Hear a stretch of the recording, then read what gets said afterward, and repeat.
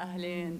My name is Livia Wick. I'm an anthropologist here at AUB, and I'm very happy to be here. I will be moderating this session. I have three distinguished speakers to present. The first is Mariam Milali. She actually was my student as an undergraduate. I'm very proud. She received a PhD in Arabic language and literature from the Department of Arabic and Near Eastern Languages here at the American University of Beirut. She received it last year. She didn't. She was selected for the Abdel Hadi Dibbs Endowment Excellence Award, which is given to graduate students with outstanding academic record who have demonstrated research capabilities through a thesis deemed by the faculty worthy of publication. Her PhD thesis entitled "The Images of Khadija al-Kubra, the First Wife of the Prophet of Islam Across the Centuries," which was supervised by Tarif al-Khalidi, is forthcoming as a publication in 2019. She recently published an article in the journal Alif, and I'm very happy to listen to her talk now. تفضلي. Thank you, Dr. Wick. أجدد الشكر على دعوتي للمشاركة في هذا المؤتمر، ولعلي كنت أوفر الطلاب حظاً في تاريخ دائرة اللغة العربية بالجامعة الأمريكية في بيروت على الإطلاق، إذ أشرف على أطروحتي للدكتوراه ذي طريف خالدي. لما كانوا يسألوني مع مين بدك تشتغلي؟ قل لهم مع طريف خالدي. يقولوا لي ذي طريف خالدي؟ قل لهم أنا إيه. بعد إلحاحي الطفولي قبل الدكتور طريف أن يبتلى بمشروع بحثي لأكثر من 3 سنوات، كان خلالها أعطف أستاذ عرفته في حياتي، بدليل أنه امتنع عن التدخين تماماً في جلسات نقاشنا الطويلة عندما كنت حاملاً بابنتي في السنة الأخيرة من عملي على الأطروحة.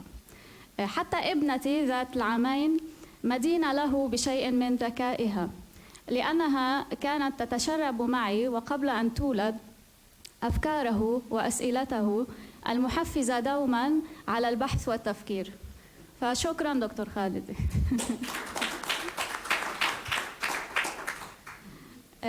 سأستطلع في هذا العرض الموجز خبر سبب قتل علي بن أبي طالب كما يرويه الطبري في تاريخه، مبرزة فيه أوجهاً من الجمالية النصية أو الشعرية التي تتسلل إلى تسريد خبر سبب القتل. والشعرية المقصودة هنا هي تلك الميزة التي تخلفها بنى وأدوات ونظم تمكن نص الخبر من أن يخلف تأثيرات معينة على المتلقي. سأبين أن ما يمهد لهذه الشعرية هو أولاً الحديث في متن الخبر عن الحب الذي جمع عبد الرحمن بن ملجم قاتل علي وامرأة تدعى قطامي، وثانياً من خلال الأبيات المنظومة التي تبدل الكلام من النثر إلى الشعر في آخر الخبر. على ضوء تحليل هذا المتن والشعر الملحق به، وبتتبع تنويعات أخرى للخبر في سياقات نصية مختلفة سوى سياق التاريخ، سنبرهن كيف تعزز الشعرية عملية هذا الخبر، أي فعاليته الأخلاقية التي تحوله من نص يروي جزءاً من ماضٍ تاريخي إسلامي historical past إلى نص إرشادي يكتنف ماضياً عملياً practical past، يعين متلقيه على الإجابة عن سؤال ماذا نفعل الآن وهنا. نستعير هذه التفرقة بين الماضي التاريخي والماضي العملي بصفتهما نوعين مفهوميين مختلفين من محاولة هايدن وايت التنظيرية للعلاقة بين النوعين، التي بسط فيها موقفه النقدي من دراسة التاريخ في الغرب. فهذه الدراسة بدأت تتجرد برأيه من أي فائدة عملية بحلول القرن 19. تحول التاريخ إذاك إلى علم له طرائق محددة وحدها فقط تجيز للمتلقي أن يعتقد بصحة وقائع تاريخية معينة حدثت في جزء من الماضي، لكنها تقصر عن أن ترشده في مواقفه التي يعيشها في حاضره، أو أن تحل مشاكله العملية الراهنة.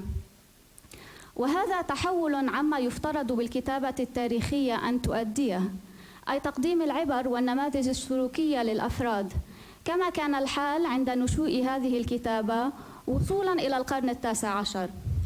والمقصود بالماضي التاريخي هو المبنى أو النسخة الانتقائية للماضي التي ينظر إليها في مجتمع ما كمجموع كل الأحداث والكينونات التي وجدت في الماضي. إنه الماضي المشكل حصرياً في كتب المشتغلين بالتاريخ ومنشوراتهم، وكأنه غاية بذاته، ويكاد يكون بلا أدنى قيمة لفهم الحاضر، حاضر المتلقي، حاضر الذي يقرأ التاريخ، ويفرغ من الإرشادات لأي فعل راهن أو حتى الاستشراف في المستقبل.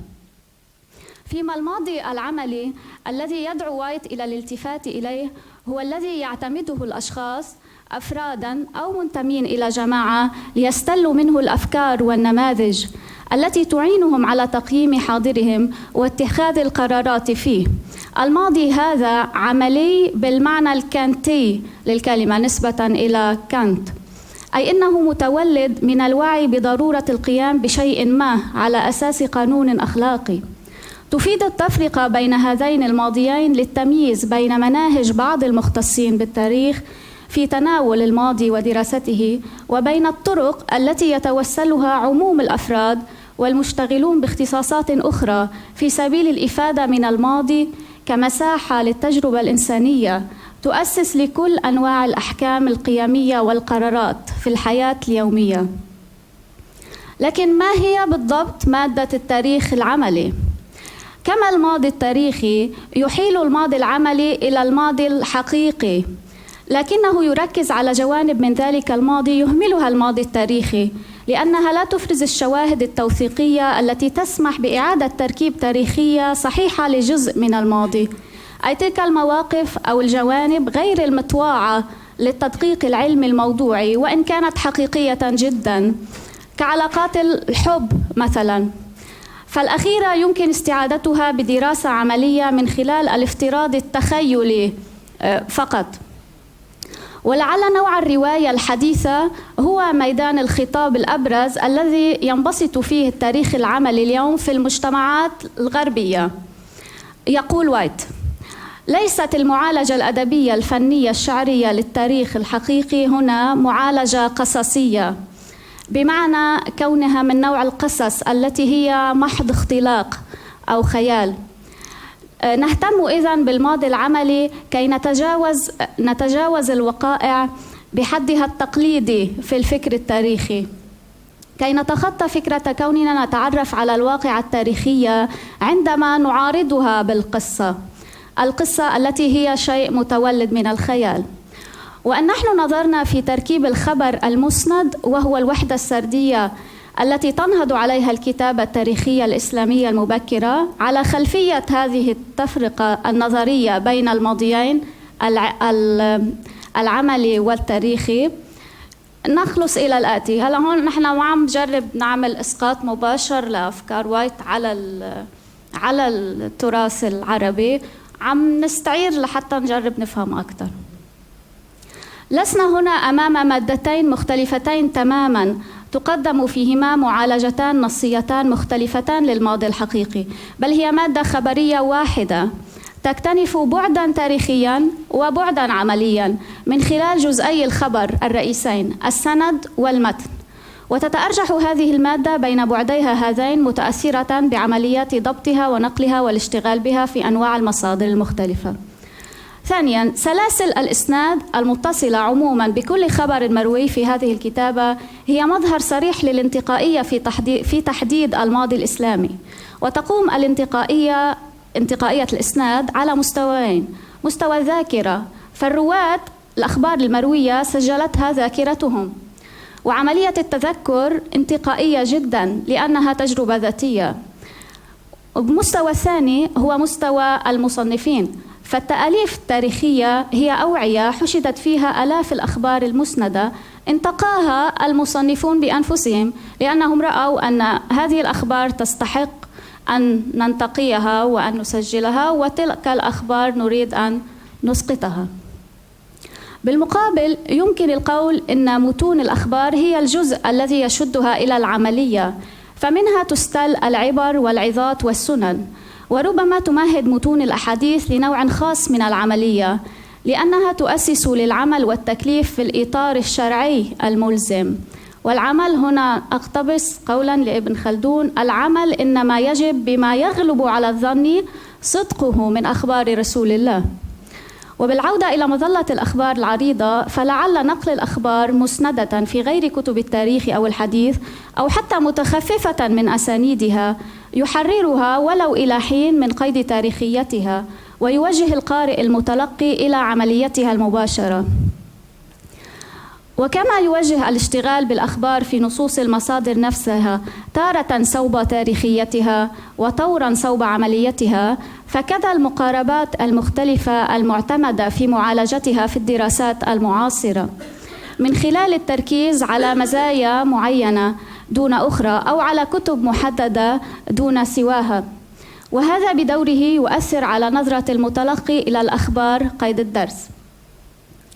ولعل كتاب تاريخ الرسل والملوك للطبري هو التعبير الأشهر والأشمل والأبين عن فكرة الماضي التاريخي في التراث الإسلامي، ففيه ذكر أخبار الماضين منذ ابتداء الخلق حتى زمان المؤلف، أي أنه يحيل على كل الماضي الحقيقي من أوله إلى آخره. وهذه مادة نصية ضخمة قلما يستوعبها كتاب واحد. وإذ ألف الطبري كتابه هذا على طريقة المحدثين، موردا فيه أخبار الوقائع مسندة إلى رواتها، فقد ثبت معيار الانتقائية الحاكم في تركيب الماضي التاريخي، لما في ظاهرة الإسناد نفسها من ترسيخ لهذا المعيار كما بينا آنفا. فكيف نقرأ في الطبري خبر سبب مقتل الإمام علي، وكيف تقربه شعريته من العملية المفيدة؟ يروي خبر المذكور خبر سبب مقتل الإمام علي تعاقد 3 رجال بينهم عبد الرحمن بن ملجم على قتل أئمة الضلالة علي ومعاوية وعمرو بن العاص، إراحة للبلاد وثأرا لأهل النهروان، وأنهم بعد اتفاقهم على موعد واحد لتنفيذ الاغتيالات ال3 أقبل كل رجل منهم إلى المصر الذي فيه صاحبه الذي يطلب، وكان ابن ملجم المتطوع لقتل علي. فلما قدم الكوفة، هون راح أقتبس بس 3-4 أسطر من الخبر اللي هو بغطي 3-4 صفحات. لقي امرأة من تيم الرباب يقال لها قطامي، وقد قتل علي أباها وأخاها يوم النهروان، وكانت فائقة الجمال، فلما رآها التبست بعقله ونسي حاجته التي جاء لها، ثم خطبها فقالت: لا أتزوجك حتى تشفي لي. قال: وما يشفيك؟ قالت: 3000 وعبد وقينة وقتل علي بن أبي طالب. تبدو مصادفة ابن ملجم قطامي في لحظتها الأولى ملهاة خطيرة عن مهمته التي من أجلها جاء الكوفة. يتسق وصف قطام فائقة الجمال مع صورة المرأة الحسناء التي تجذب الرجل وتأسره، أي تلهيه بمعنى ما. قد يحسب القارئ لوهلة أن قطامي هي المفترق الذي سيبدل اتجاه الأحداث المروية، لكن يتكشف له تواليا أنها المحفز الأقوى الذي سيدفع نحو الهدف المخطط له، أي قتل علي، ليس فقط في التحريض عليه بل في مشاركة فاعلة في عملية القتل، بدءا بجعل قتله جزءا من مهرها واستجلابها من يسند ابن ملجم في تنفيذ العملية، وتأزيرها إياه ومرافقيه اللذين شاركاه بعملية القتل بالحرير، حتى إن حضور هؤلاء إليها وهي في المسجد معتكفة عندما عزموا على الأمر يؤكد على حركيتها الفاعلة، وكأنها القطب المرجع الذي يدور في فلكه فعل القتل المطلوب. لكن الخبر وإن كان بظاهره واضحا في تفصيلاته فإن بعضها يظل مستغلقا ومشوشا. فلماذا كانت قطامي معتكفة في المسجد؟ ولماذا جاء إليها ابن ملجم وصحبه؟ ولما عصبتهم بالحريق؟ إن الاستغراق في تفصيلات مماثلة يقدم في الخبر بعده التاريخي ويبتعد به عن العملية، فليست هذه التفصيلات على الأرجح هي ما يشغل بال القارئ غير المختص بالتاريخ، حتى عندما يتعلق الأمر بما يبدو أنه تفصيل واضح لا ريب فيه كاسم قطامي في الخبر مثلا. فالقارئ غير المختص ربما لن يتوقف عند معناه. حدا فيكم سأل شو يعني قطامي؟ أوكي. ولن يقرأ ما سجل عن قطامي في الموسوعة الإسلامية عوض مثلا عن أن يكتب ورقة بحثية عن ذلك.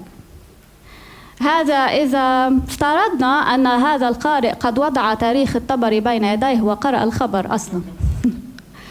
وعودة إلى قطامي، نقرأ في الموسوعة الإسلامية أنه وبالنظر إلى عدد المصادر التي تذكرها فلا ريب من أنه كانت هناك امرأة تدعى قطامي وأنها انتمت إلى تيم الرباب. تعبر هذه الجملة عن مقاربة تاريخية، أي مقاربة تراعي الماضي التاريخي، لأنها خلاصة بحث مختص مقارن بين المصادر.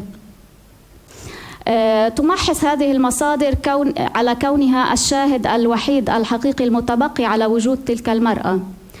لكن إن نحن نحونا بشخصية قطامي صوب العملية، يمكن أن نسأل فيما يشبه قلبا لهذه الجملة التقريرية التاريخية: هل يهم فعلا أن تكون قطامي قد وجدت ما دامت حاضرة في خبر القتل وما دمنا نحن نتذكرها؟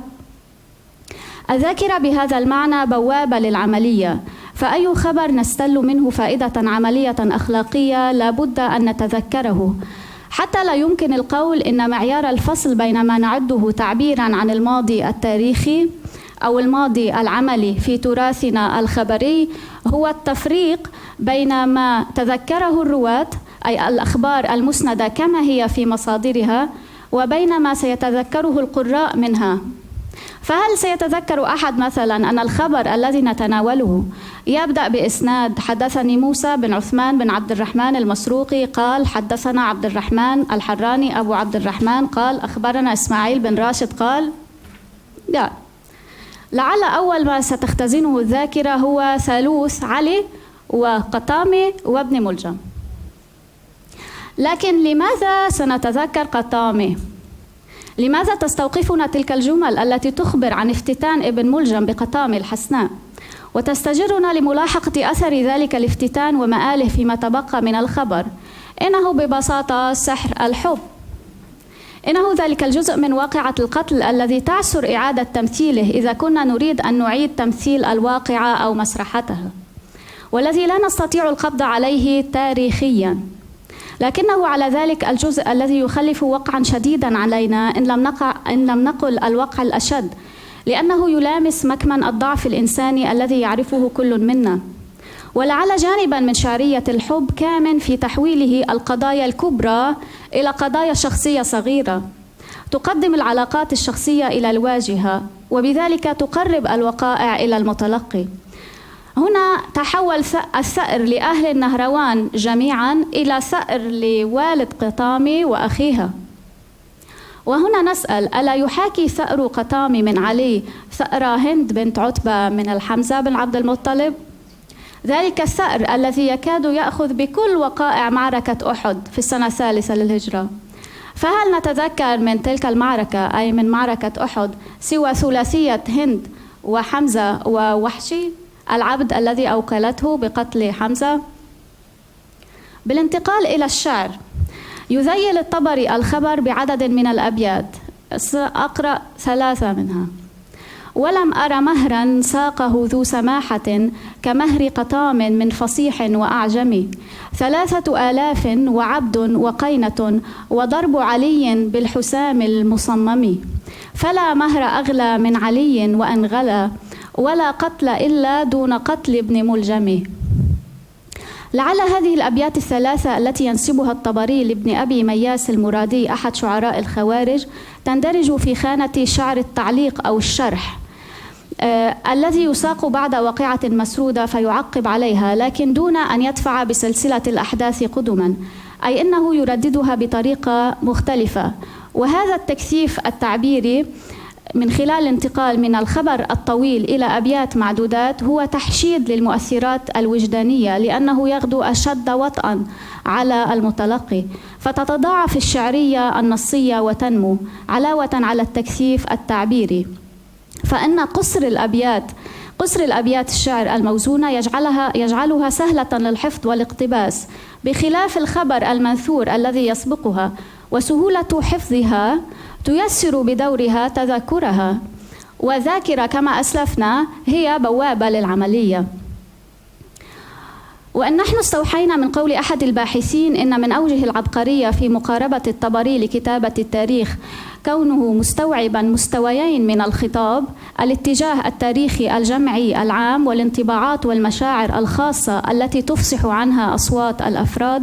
يمكن أن نعقب فنقول إنه يكتنف بذلك نزعتين: الأولى تنحو صوب الماضي التاريخي الذي يعبر عنه الخبر المسند عموما على اعتبار سرد وقائع الماضي، والثانية تأخذ باتجاه الماضي العملي من خلال الأشعار الناطقة بأصوات أفراد تفاعلوا مع الواقع المروية، إذ يمهد هذا التفاعل الفردي الشخصي، ولأنه أقرب إلى وجدان القارئ وبالتالي أشد تأثيراً عليه لاستلال العبرة الأخلاقية العملية من الواقعة المتناولة، وإن بواسطة شعر معارض كما هي الحال هنا.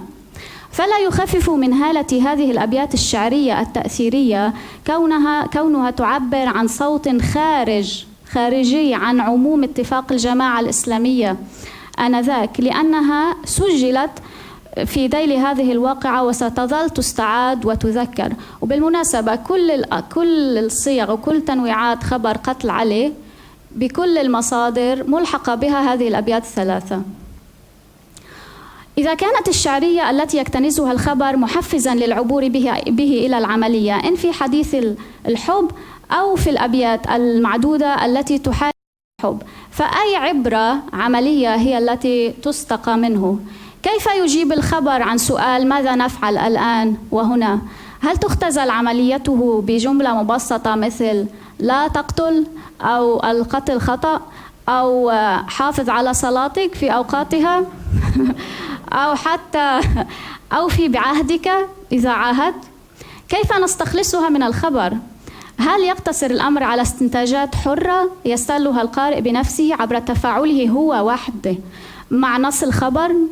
ربما تشوش المقولات الأخلاقية الثابتة التي يتحدد بها حسن فعل ما أو قبحه على الفوارق بين الأفراد المتلقين للخبر على اختلاف العصور والمنازل الفكرية والعلمية، على اعتبار أن قبح القتل متفق عليه مثلا، وإن كان الكلام عن قتل علي أو غير علي.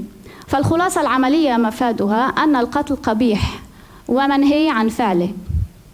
سنبين أدناه أن الاختلاف لا يقع فقط على مستوى تعيين قبح هذا الفعل أو ذاك، بل في التركيز على أفعال محددة في الخبر والبناء عليها، وكل منها يفرز تالياً مبادئ عملية مختلفة. كل مصنف يستحضر الخبر يقيد حرية القارئ في التفاعل معه، يحبسه في سياق محدد موجها إياه نحو خلاصة عملية معينة. هنا سأستحضر خبراً يرويه الجاحظ في كتاب المحاسن والأضداد في باب اسمه محاسن المتكلمات. يورد الجاحظ هذا الخبر في بداية هذا الباب، يقول: قيل وقدم كثير عزة الشاعر المشهور، وقدم كثير الكوفة وكان شيعياً من أصحاب محمد بن الحنفية، فقال: دلوني على منزل قطامي. وقيل له: وما تريد منها؟ قال: أريد أن أوبخها في قتل علي بن أبي طالب. فقيل له: عد عن رأيك فإن عقلها ليس كعقول النساء. قال: لا والله لا أنتهي حتى أنظر إليها وأكلمه. فخرج يسأل عن منزلها حتى دفع إليه، عمل براسه يعني وراح. فاستأذن فأذنت له، فرأى امرأة برزة وقد تخددت وقد حنى الدهر من قناتها. يعني الظاهر أنه هو لما راح لعند قطامي كان صار مرق وقت طويل، يعني كانت صارت ختيارة. فقالت: من الرجل؟ قال: كثير بن عبد الرحمن. قالت: التيمي الخزاعي؟ قال: التيمي الخزاعي. ثم قال لها: أنت قطامي؟ قالت: نعم. قال: أنت صاحبة علي بن أبي طالب صلوات الله عليه؟ قالت: بل صاحبة عبد الرحمن بن ملجم. قال: أليس هو قتل عليا؟ قالت: بل مات بأجله. الخبر طبعا طويل ويغطي ما يربو على الصفحة، وتفحم فيه قطامي كثير حتى أنها تعارضه بأشعار ألا قلت كما قال امرؤ القيس، يعني تفحمه للزلمة. يستبطن عنوان الباب بذاته حكما قيميا إيجابيا ينحو بالقارئ إلى حسن كلام النساء قبل قراءة ما فيه، والتعرف على النساء اللاتي قد يذكر أطراف من كلامهن فيه. ويمكن القول بدءا إن الخبر متحرر من بعده التاريخي بتحرره من الإسناد، إذ يتصدره الفعل قيل، وهذا لا يرسخه قواقع منتخبة في الماضي التاريخي، لكنه على ذلك متصل بذلك الماضي، لأن في خلفيته يحوم طيف خبر سبب مقتل الإمام علي المسند. فسبب زيارة كثير لقطامي كما قيل هو لتوبيخها في قتل الإمام علي. هنا يسجل لقطامي أن عقلها ليس كعقول النساء، ويترجم ذلك ما نقل من حوار بينها وبين زائرها الشيعي. فهي تنافحه في الكلام فتنسخ كلامه بما تراه أصح. في قوليها المتصلين مباشرة بواقعة مقتل الإمام علي، في قولها بل أنا صاحبة عبد الرحمن، بل مات بأجله، إبطال لمعنى كلامه ورد عليه، وكأنها تتبرأ من النسبة إلى علي وتبرئ ابن ملجم من قتله، مخالفة بذلك ما هو راسخ أو واقع ولو بالكلام. يحرف كلام قطامي عما هو مسجل في الماضي التاريخي، يعني حتى أنه هي مش من باب التهكم، من باب أنها بتعرف تجاوب.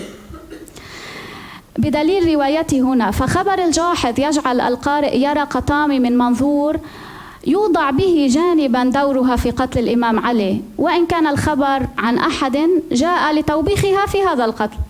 فالخبر يريدنا عمليا أن نتوقف عند حسن جواب قطامي. في كتاب ذم الهوى لابن الجوزي يفتتح ابن الجوزي باب ذكر من حمله العشق على قتل الناس بتنويع أخرى أقصر لخبر مقتل الإمام علي، ويقتبس في آخرها الأبيات الثلاثة إياها. يغلب اقتباس الخبر في سياق هذا الكتاب وفي مفتتح هذا الباب بعده العملي على بعده التاريخي، وهو الكتاب الذي وضعه المصنف كما يقول لذم الهوى في شهوات الحس، إذ لما كان الغالب من موافق الهوى أنه لا يقف منه على حد محتفظا بالسمة الأكثر موافق الهوى أنه لا يقف منه على حد، أطلق ذم الهوى والشهوات. هنا يتضاءل التاريخ وإن كان الخبر مسندا، أي محتفظا بالسمة الأكثر التصاقا بالتاريخية التي هي الإسناد، إذ ليس القصد من استحضاره سرد واقعة القتل، أي أنه حدا يخبرنا شو صار. يصبح الخبر تمثيلا على فكرة المصنف، ويتجلى التوجيه صوب العملية في الذم المطلق المضاف إليه العشق المذكور الذي يوضحه مقتل الإمام علي.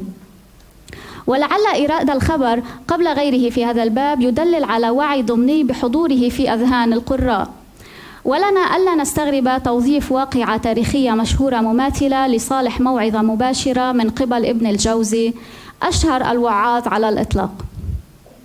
فإذا كان ما أوردناه أعلاه في المحاسن والأضداد للجاحظ الأديب فيه أثر إرشادي عملي ما، فإن اقتباس الخبر لدى ابن الجوزي في سياقه الوعظي المركز ضمن كتاب مخصص للموضوع المذكور يشبعه بالوعظ العملي، إذ لا يتعرض القارئ هنا إلى شيء من لطائف الأدب، والتي وإن حملت ما يشبه الوعظ فهي تظل مؤنسة للروح والقلب، بل إلى وعظ ديني مباشر يقترب من الزجر والنهي. أخيراً، في السياق الفقهي يبلغ البعد العملي للخبر منتهى. نقرأ في كتاب الإمامة وقتال البغاة في تلخيص الحبير لابن حجر العسقلاني. قال الشافعي: وابن ملجم المرادي قتل عليا متأولا. قال الرافعي: أراد الشافعي أنه قتله زاعما أن له شبهة وتأويلا باطلا. وحكى أن تأويله أن امرأة من الخوارج تسمى قطامي خطبها ابن ملجم، وكان علي قتل أباها في جملة الخوارج، وكلته في القصاص فشرطت عليه 3000 درهم وعبد وقينة لتحببه في ذلك. إن في وضع فعل ابن ملجم في دائرة التأويل نوعا من الضبط أو التصحيح الأخلاقيين، إذ هو يمنحه مظلة من شرعية أعطاها ابن ملجم لنفسه.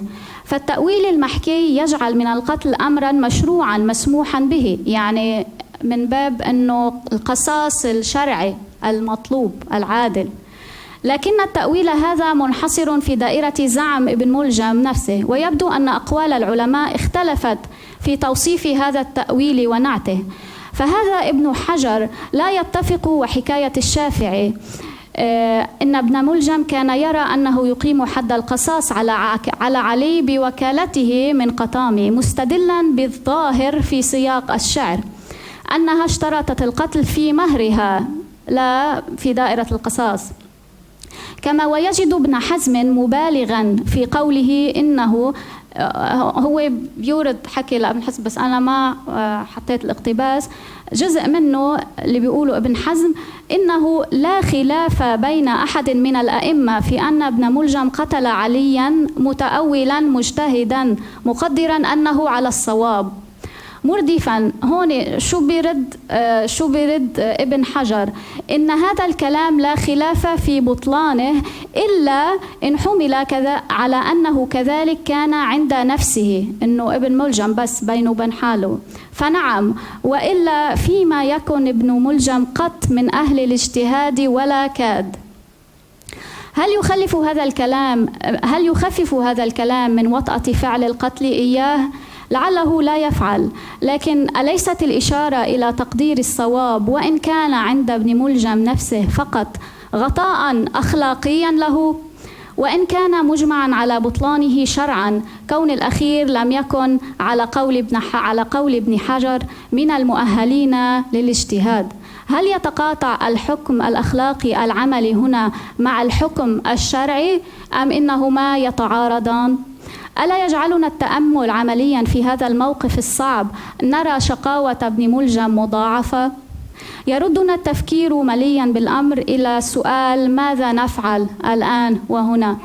قد تكون الإجابة على السؤال إياه في ظل فعل القتل هذا الراسخ في ماضينا معقدة وربما ملتبسة أحيانا، ربما تيسرها العودة إلى النصوص التي عالجناها لنقرأها، لنسألها، لنألفها، لنقرأها مرة أخرى كأن لم نقرأها من قبل في كل مرة. شكرا.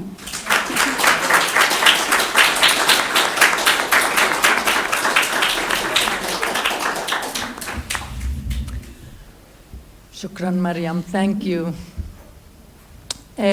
Our next speaker now is Dana Sajdi. Dana is Associate Professor of History at Boston College. Her work has focused on the production of texts by unusual authors, such as an 8th century woman poet, Layla al-Akhyaliya, and an 18th century barber, Ibn Budayr. Her questions had to do with the politics of the production and consumption of texts and the unusual circumstances that allowed new types of authors to emerge. Her current project, Visualizing Damascus, is also about textual production, but this time the subject is on the descriptions of the venerable city. Damascus. She is trying to isolate and identify an uninterrupted tradition of prose topographies between the 12th and 20th century. Through this tradition, she hopes to write a history of Damascus for both academic and lay audiences. Her book, The Barber of Damascus, Nouveau Literacy in the 18th Century Ottoman Levant, was published by Stanford University Press in 2013.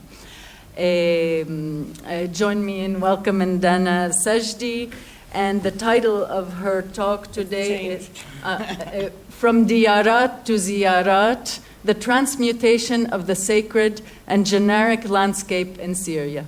Shukran. Thank you, Livia.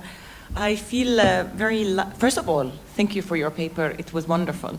I feel very lucky to be one of the chosen ones here. Ali and Dalia, thank you very much. And Aliya, thank you for facilitating this. I don't know where she is. The skill of the historian is to turn a fact into an event and with consequence. And so, Tarif, I might be a fact of your life, but you are an event in my life. So I know that I never studied with you directly. We never met more than like 3-4 times in my life. But the way I want to show the audience how important Tarif was for my intellectual life is to read you the very first sentence of my book, The Barber of Damascus. And it starts, narcissistically quoting myself. This book arises from a footnote, note 13 on page 188 of Tarif Khalidi's book, Arabic Historical Thought in the Classical Period, upon which I chanced more than a decade ago. Before I divulge the contents of the fateful footnote, a bit of background is in order. So I'll stop the quote here because you don't need the background right now. But basically, Tarif has launched me in my career. And so thank you. I have a very projectful, loud voice. Do I need the... I don't, right?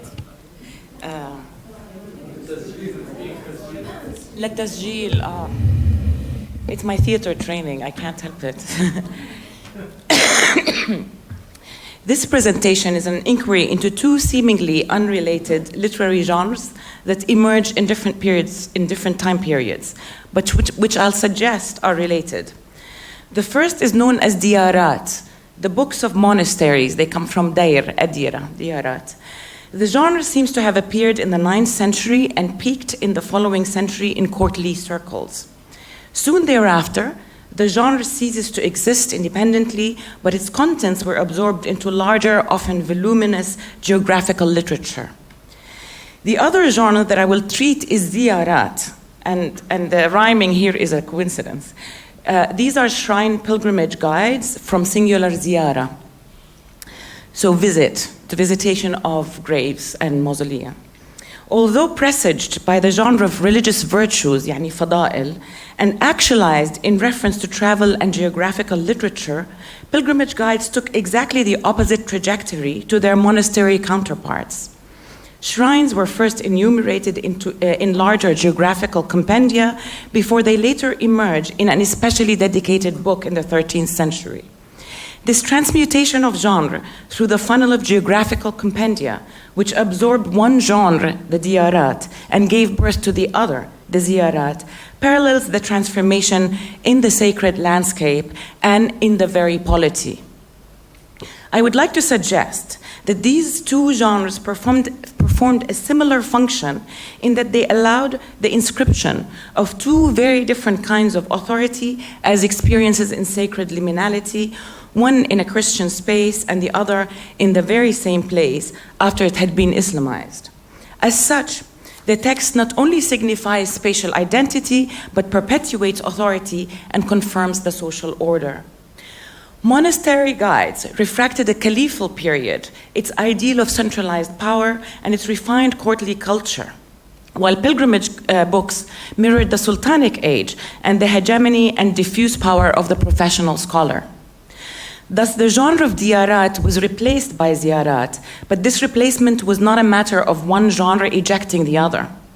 Rather, the change in polity from caliphal authority to that of sultan scholar and the concomitant Islamization of the cityscape demanded an appropriate spatial genre to represent and perpetuate the new configuration. It's not surprising then that the disappearance of one genre and the appearance of the other took place between the 11th and 13th centuries, precisely when the caliphate was coming to an end, while a professional scholarly class was emerging under the patronage of sultans. Although Aleppo and Baghdad are necessary parts of the treatment here, in tracing the sacred landscape, my focus is going to be on Damascus and its environs. I will start with exploring the genre of diyarat, which, while being framed as a geographical genre, is equally, if unexpectedly, biographical. Offering snapshots of caliphal activities at monasteries, the genre inscribes and confirms caliphal authority. Then we will visit Damascus in the 11th to the 13th century, when the majority of the population had become Muslim, to see how the spatial Islamization of the city and accompanying disappearance or conversion of monasteries occurred under a new polity. Finally, I will turn to the genre of ziyarat. Also of geographical generic provenance, it too became eventually heavily biographical, thus mirroring the structure and function of diyarat. The shift towards the biographical in ziyarat coincides with a parallel change in the identity of the subjects of the text. While biblical prophets and the companions and relatives of the Prophet Muhammad had been the main objects of veneration, the text opened up to include scholars, thus sacralizing them and confirming their authority. 4 out of the half dozen or so standalone diyarat books were produced under the patronage of Saif al-Dawla, who died roughly in the middle of the 10th century. The most famous of the Hamdanids, a princely dynasty with Shia inclinations that ruled Aleppo between 944 and 1002. Authored by poets and literati, all the monastery guidebooks that were produced by members of Saif al-Dawla's literary circle are lost. However, some of these lost texts were cited so extensively in the later works that a modern editor was able to collate parts of Abu al-Faraj al-Isbahani's volume, which was written in the late 10th century. Only one largely extant example of diyarat written in the same period was not produced in Aleppo, but in Fatimid Cairo by Abu al-Hasan al-Shabushti, who died late 10th century. The author served as the librarian of and the boon and book companion to the Fatimid ruler Al-Aziz ibn al-Mu'izz. Given its foundational and largely extant status, I will describe Shabushti's ad-diyarat to glean out the template of the genre, while simultaneously show its representations of the monastery as the site of Muslim subversive excess or indulgence. The book is arranged geographically, first covering the monasteries of Iraq, then Syria, to list only 3 monasteries. That part seems to have is missing. And lastly, Egypt, to list 9 counterparts. The author starts each section by naming the monastery, defining the location, and describing the terrain, usually its verdant nature, orchards and vineyards, and commanding views. One of the ways by which the author emphasizes the beauty of the location is to describe it as a place visited by the people of delight and diversion, or it's never empty of people of debauchery and delight, and its spot brims with picnickers, or a place sought for the purpose of picnicking and drinking. If the monastery is famous for a holiday festival, the date or occasion is given, followed by a description of the usually raucous festivities attended by both Christians and Muslims. Some monasteries are identified as sanatoria of sorts, famous for the provision of cures. Others are loci of vows and votive offerings, known for granting the wishes of all manner of supplicants. Regardless of the unique characteristic of any particular monastery, the focus of every section in the book is poetry and stories about or associated with the monastery, uttered by a Muslim poet who is usually in the company of a caliph, a prince, or administrator, often along with an entourage of boon companions, singers, musicians, and other poets. The essential themes are activities of sensuous enjoyment of nature and music, profligate indulgence in wine, and licentious love of beautiful boys and chaste nuns.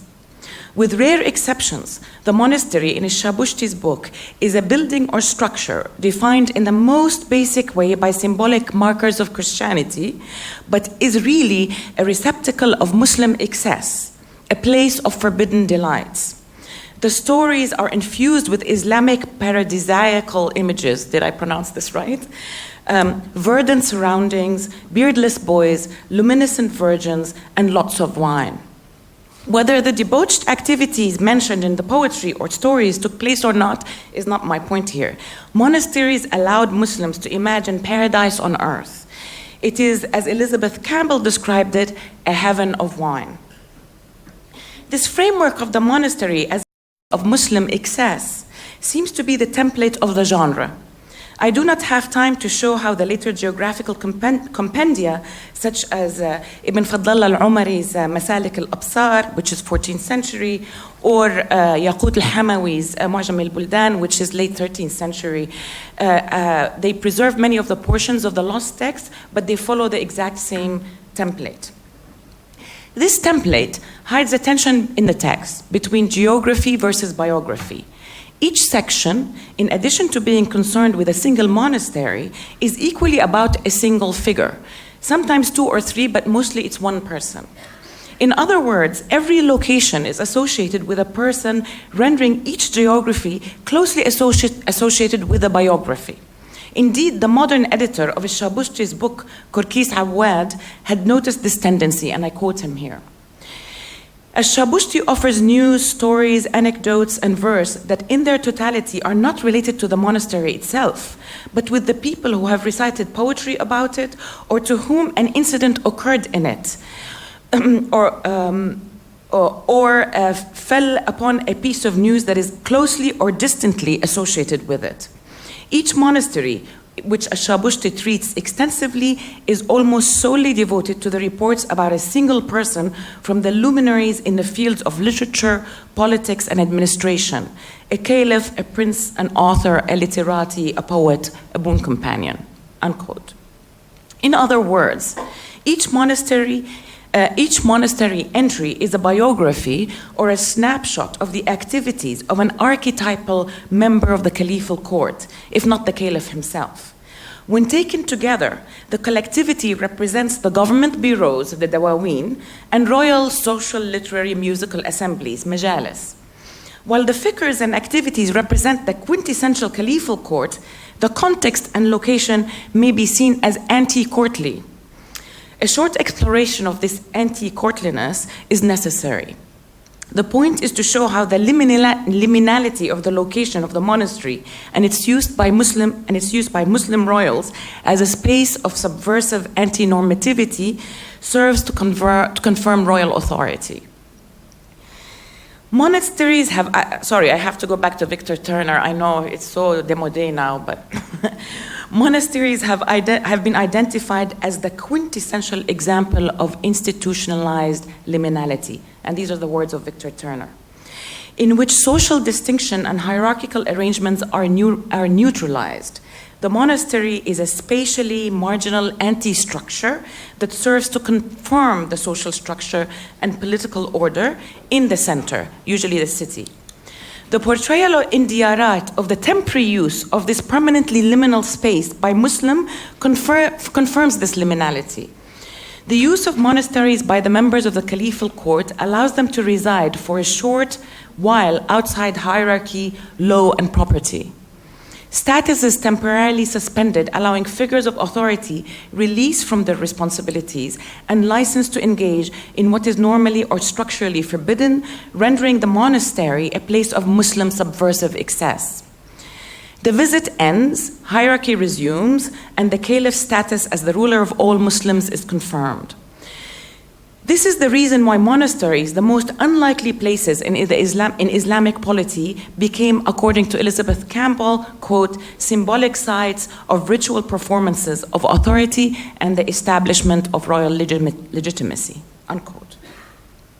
To demonstrate, and in the interest of time, I will skip the representations of Umayyads and most Abbasid royals in monasteries. In the written paper, I have it all.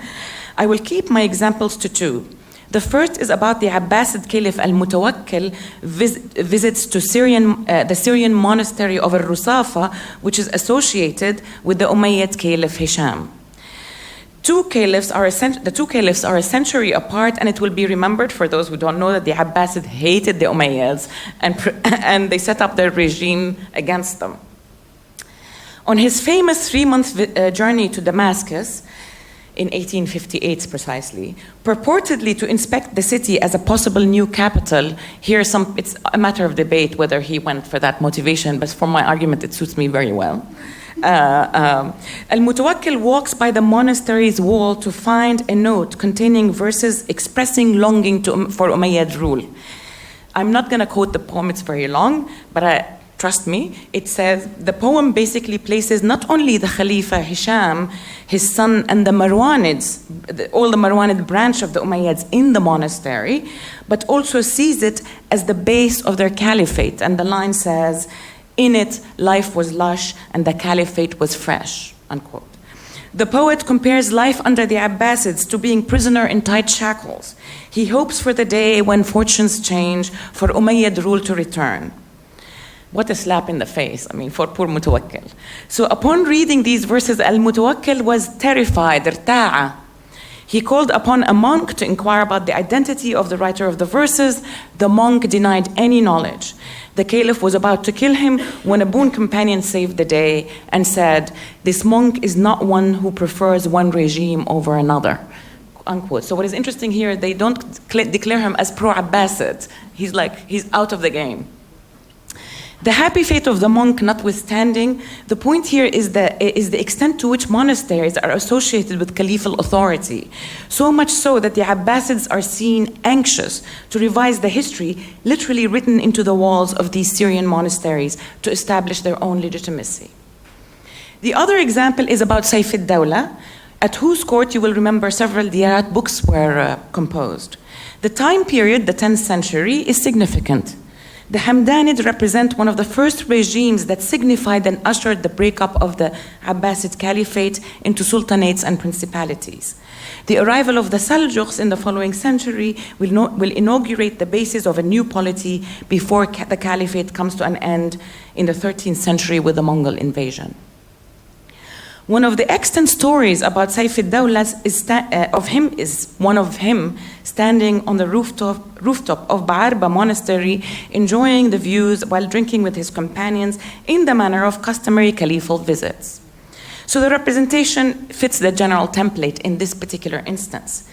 The other story, however, portrays the ruler visiting Deir Mart Maruta in Aleppo on account of his mother's request that he be good to the monks. This visit, in other words, is not for the purpose of indulgence. Rather, it is a charity visit. There's no love, no wine, and no excess. Strikingly, the rest of the story, the second story, which is reported in Yaqut's dictionary, ends with the following statement. Quote, the monastery is now gone without a trace, as a new building was erected in its place, which is a mausoleum, which Aleppans claim to have seen al-Husayn ibn Ali, peace be upon him, praying. They gathered money and built the best and strongest building, unquote. So the monastery gave way to an Islamic mausoleum, not museum. The mausoleum, the actual one that he's talking about, dates back to the Ayyubid period, 12th to 13th centuries, still stands today as a testament to Aleppo's Shi'i past. However, the very same Sayf al-Dawla, who patronized all the book of monasteries, was responsible for building of one of the earliest mausoleums that we have in Islamic history. It is another mausoleum, and a Shi'i one at that. It's of al-Muhassan, who was a legendary son of al-Hussein. Memorializing a legendary son of Ali, Sayf al-Dawla built an Islamic mausoleum that probably opened the path to the later appropriation of the very same monastery to which he had paid charitable visits.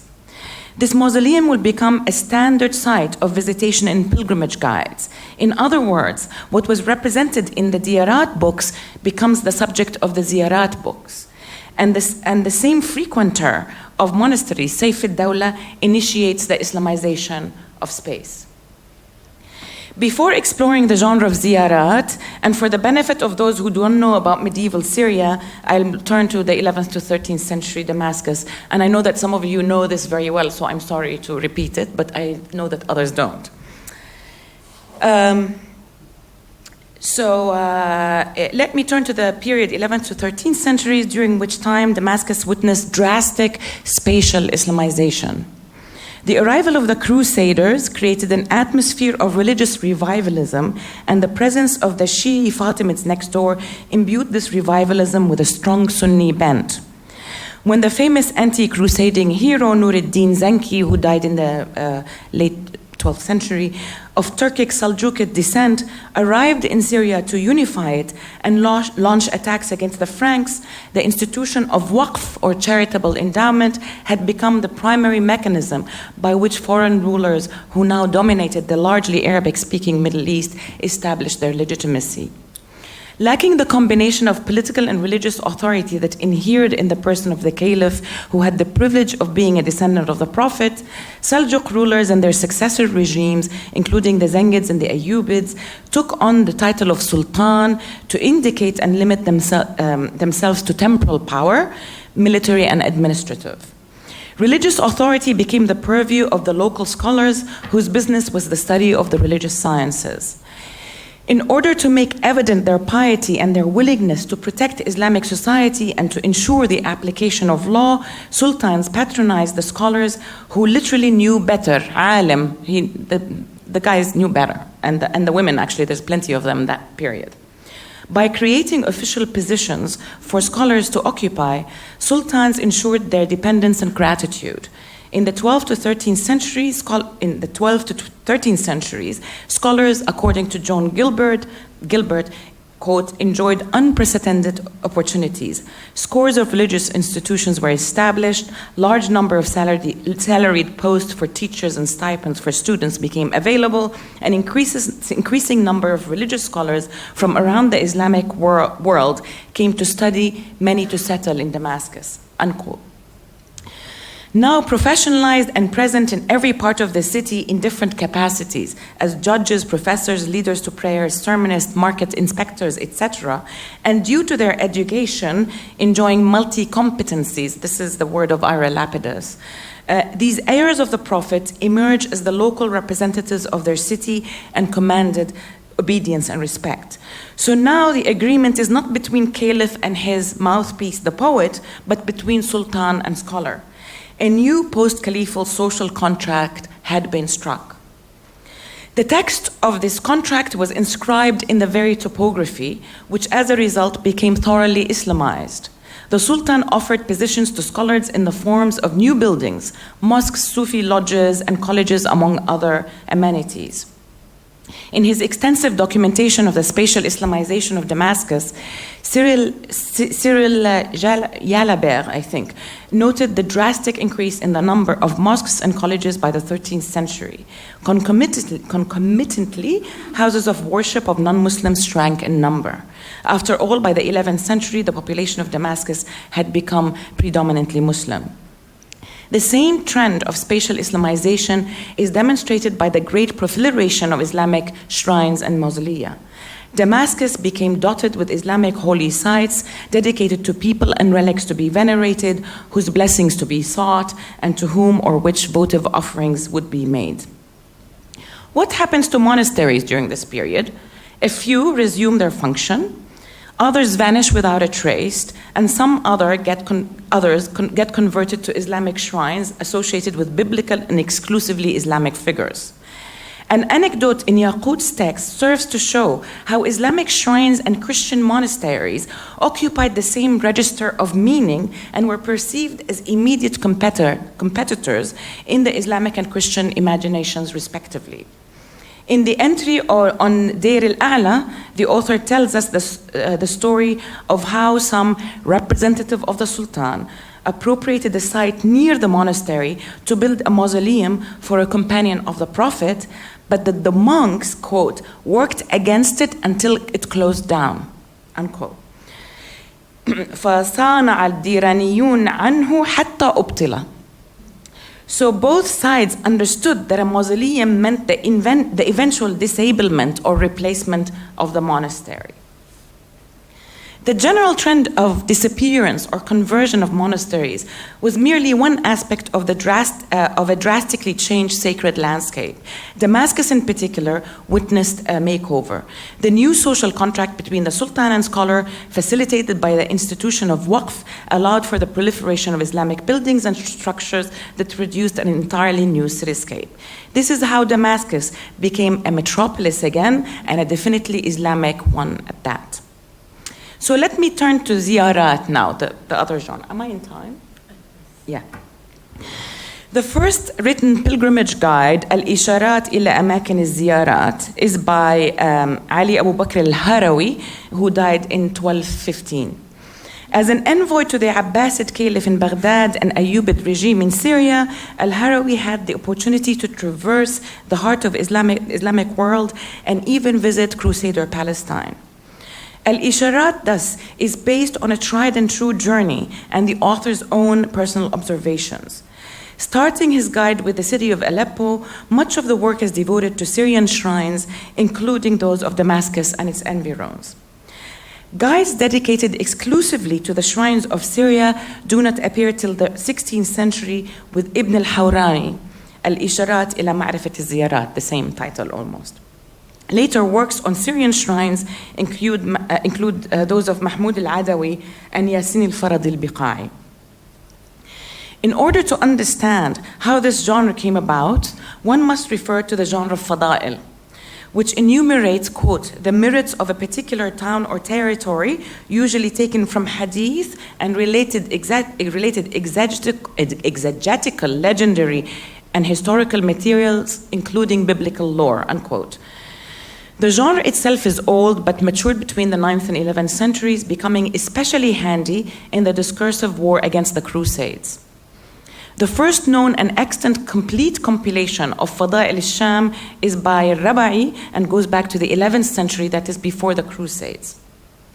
This work is not a guide, but is an assignation of holiness to Syria and Damascus, especially in relation to biblical figures and events associated with the sites of Mount Qasyun, which is just northeast of Damascus, helping later authors to specify these locations.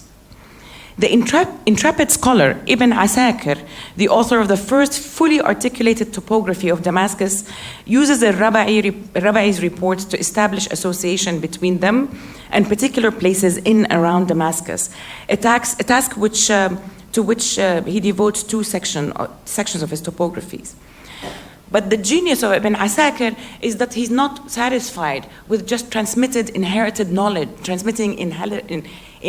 knowledge about the city, which is the Fada'il.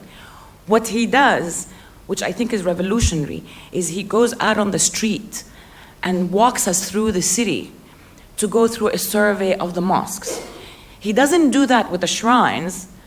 This will fall on Harawi, but what he does is he opens up the space for the city to be observable, walkable, in the here and now. And so he launches a new way of viewing, walking, and writing about the city, and that's the beginning of actually my other project on Damascus.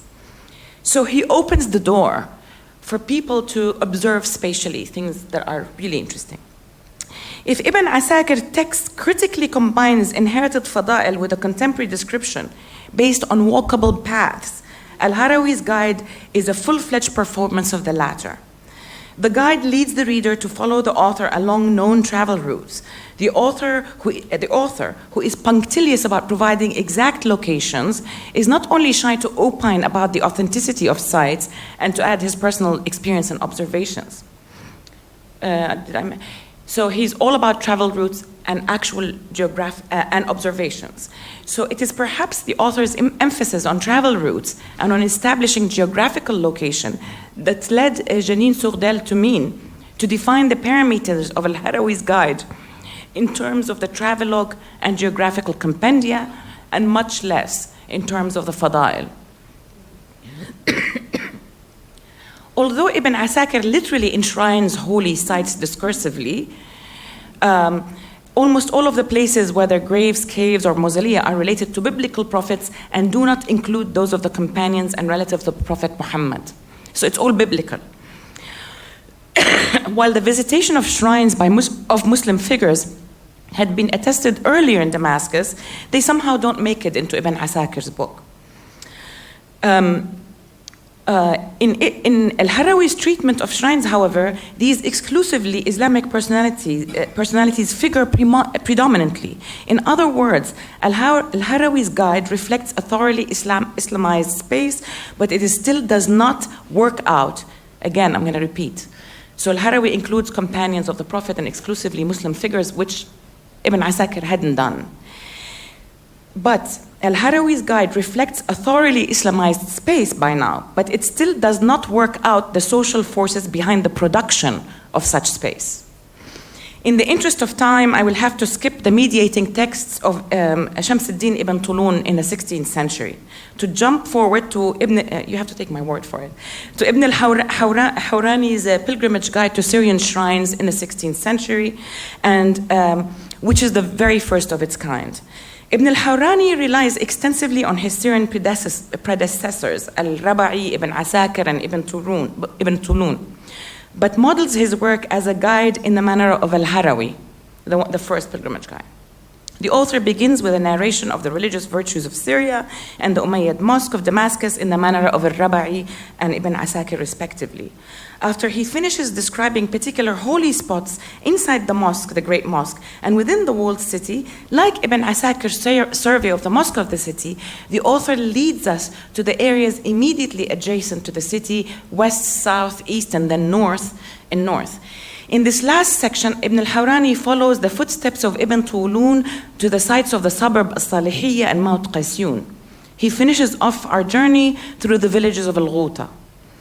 Where al-Hawrani's text differs critically from that of al-Harawi is not only the former's inclusion of scholars' tombs as sites to be venerated and visited. So Ibn al-Hawrani, we have scholars' tombs that is added to the sites, but also his introduction of biography, which does not occur in Ibn al-Harawi. The infiltration of biography onto the text of geography makes Ibn al-Hawrani's book of ziyarat remarkably similar to the genre of diyarat, in which geography was biography. And here is one example. Quote, among the tombs in Bab al-Saghir cemetery is Ibn Asakir, is that of Ibn Asakir, the important Quran memorizer, the pride of the Shafi'is, and the master of hadith scholars during his time, and the author of Tarif Dimashq, the history of Damascus. He traveled to many lands and heard from approximately 1,300 shaykhs and women masters. He was pious, beneficent, reciting the entire Quran once every week and once every day of the month of Ramadan, declining official posts when offered to him, abundant in ordering what is commendable and forbidding the reprehensible. He hardly ever relied upon princes, the sons of the worldly life and rulers. He died during the month of Rajab in 571 and was buried in Bab al-Saghir, east of the chamber which contains Muawiyah's tomb, may God please be with him. This entry reads like an excerpt from a biographical dictionary. The only difference is that in this particular genre, the main intention is the geographical location, just as in the diyarat genre. Both genres constitute invitations to visit, and these are not any visits, but they are invitations to liminal spaces and activities. Both offer extensive biographies of a single authoritative figure. In the quoted biography, the venerated is not any scholar. It's Ibn Asakir, who himself had been the conduit for recognizing a biblical turned Islamic space and for canonizing Damascus as an Islamizing one in his topography. Ibn Asakir is now himself canonized and sacralized along with the saints and prophets in the same terrain. The very terrain that had once included monasteries full of caliphal revelers. If the monasteries were about royal authorities, shrines were about not only establishing scholarly authority, but sacralizing it. Scholars' graves and biographies take up a significant portion of Ibn al-Hawrani's work. According to Jalabert, 55% of the book is devoted to mystics and scholars. But they are not the exclusive subject. The guidebook includes the usual tour of Prophet's shrines in Mount Qasyun, the tombs and mausolea of the relatives of the Prophet and his companions and followers, the sites of some relics, such as the Prophet's sandal, the graves of Sufi saints, most famously Sheikh Arslan, who dies in the middle of the 12th century, the patron saint of Damascus, and the mausoleums of a few rulers, most recognizably that of Nuruddin.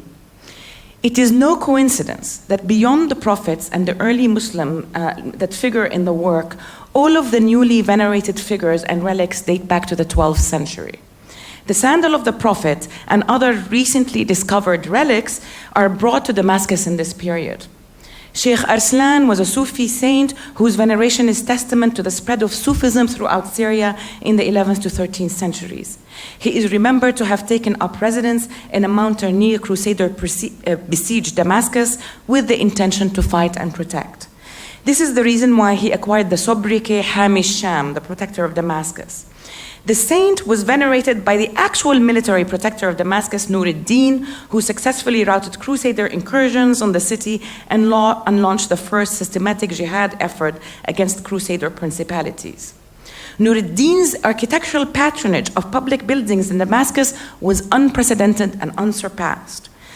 Despite having been branded as a vociferously Sunni ruler who fought against the Fatimid Shi'is, Nuruddin is also known for having renovated a Shi'i shrine in Aleppo, the very same shrine that was erected by Saif al-Dawla a century earlier. Thus, Ibn al-Hawrani's pilgrimage guide is dense with a memory of interrelated holy figures, places, and sites from the 12th century. In other words, the text inscribes the making and makers of Islamic Damascus, which had replaced a Christian terrain of vanishing and converted monasteries. About Ibn Asakir, Ibn al-Hawrani was quite misinformed. In the above-quoted biography of the scholar, he is represented as being shy of receiving patronage from and unwilling to serve rulers. The avoidance of cooperation with rulers was a sign of a truly authoritative and pious scholar who was able to resist the temptation of temporal authority. Despite his authoritativeness and the canonical status of his work, we know very well from actually Sulaiman that Ibn Asakir was quite close to Nuruddin, who created a special position in an especially erected building, Dar al-Hadith, the first institution of its kind in Damascus, for Ibn Asakir to teach. The cooptation or perhaps mutual benefit is this relationship of the Sultan to the scholar is quite clear. Ibn Asakir too was one of the makers of Islamic Damascus. His topography, it will be remembered, gave Islamic Damascus contemporary relevance and allowed for the genre of ziyarat to come about and to eventually replace diyarat. So at the end of the day, the genre of ziyarat, wittingly or not, is revisionist. It is a history that begins not in the 7th century with the Muslim conquest of the city, but in the 12th century. The genre forgets a Christian Syria that resumed under Muslim rule for centuries and enshrines an Islamic Damascus that was made actually and discursively by sultans and scholars respectively. Thank you.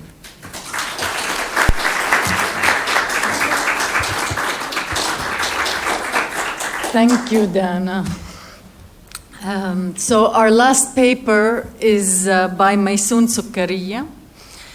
She is a senior lecturer in Middle East Studies at King's College London. Her research interests focus on youth, education, development, and social movements in the Arab region, with a particular interest in studying the political, economic, cultural, and social structures and processes that tie the region in complex and contradictory ways to the larger global political economy. Her first book, Youth Rising, The Politics of Youth in the Global Economy, co-authored with Stuart Tannock, was published in 2015 by Routledge. She was a visiting professor here at CAMES for 2 years in 2009, and she was a close ally and a conspirator with of Tarif's. She unfortunately cannot be with us today, but she sent her paper, and Dr. Ali Al-Khalidi will be reading it. تفضلي عليا. So I'm going to be speaking as if I'm Mayssoun, but don't, mix up. In the beginning, it was cumin. A history of food in a northern Biqa village, Mayssoun, Sukarieh. When I was asked to take part in this symposium to celebrate Tarif, I felt totally out of place. I am no historian and no Islamic studies specialist, just a friend of Tarif and family. I knew Tarif loved Baalbek, and he thought he was an expert on Baalbeki accent. He would ask about the koshk, khobz, jabr, as they say in Baalbek. My answer would always be, Aslan, we do not say khobz or koshk, we say kishk or khobz. He would insist this is how they say it in Baalbek. But I would say, I'm from Fakha, not from Baalbek, and we say it midway between Baalbeki, khobz, koshk, and Beiruti way, khibez or kishik, ya mama. Since it was a war of words, at the end I would draw his attention to the fact that at least we make our own kishk and khubz. And what exactly have you to do with them except consuming them and making fun of the villagers who make them?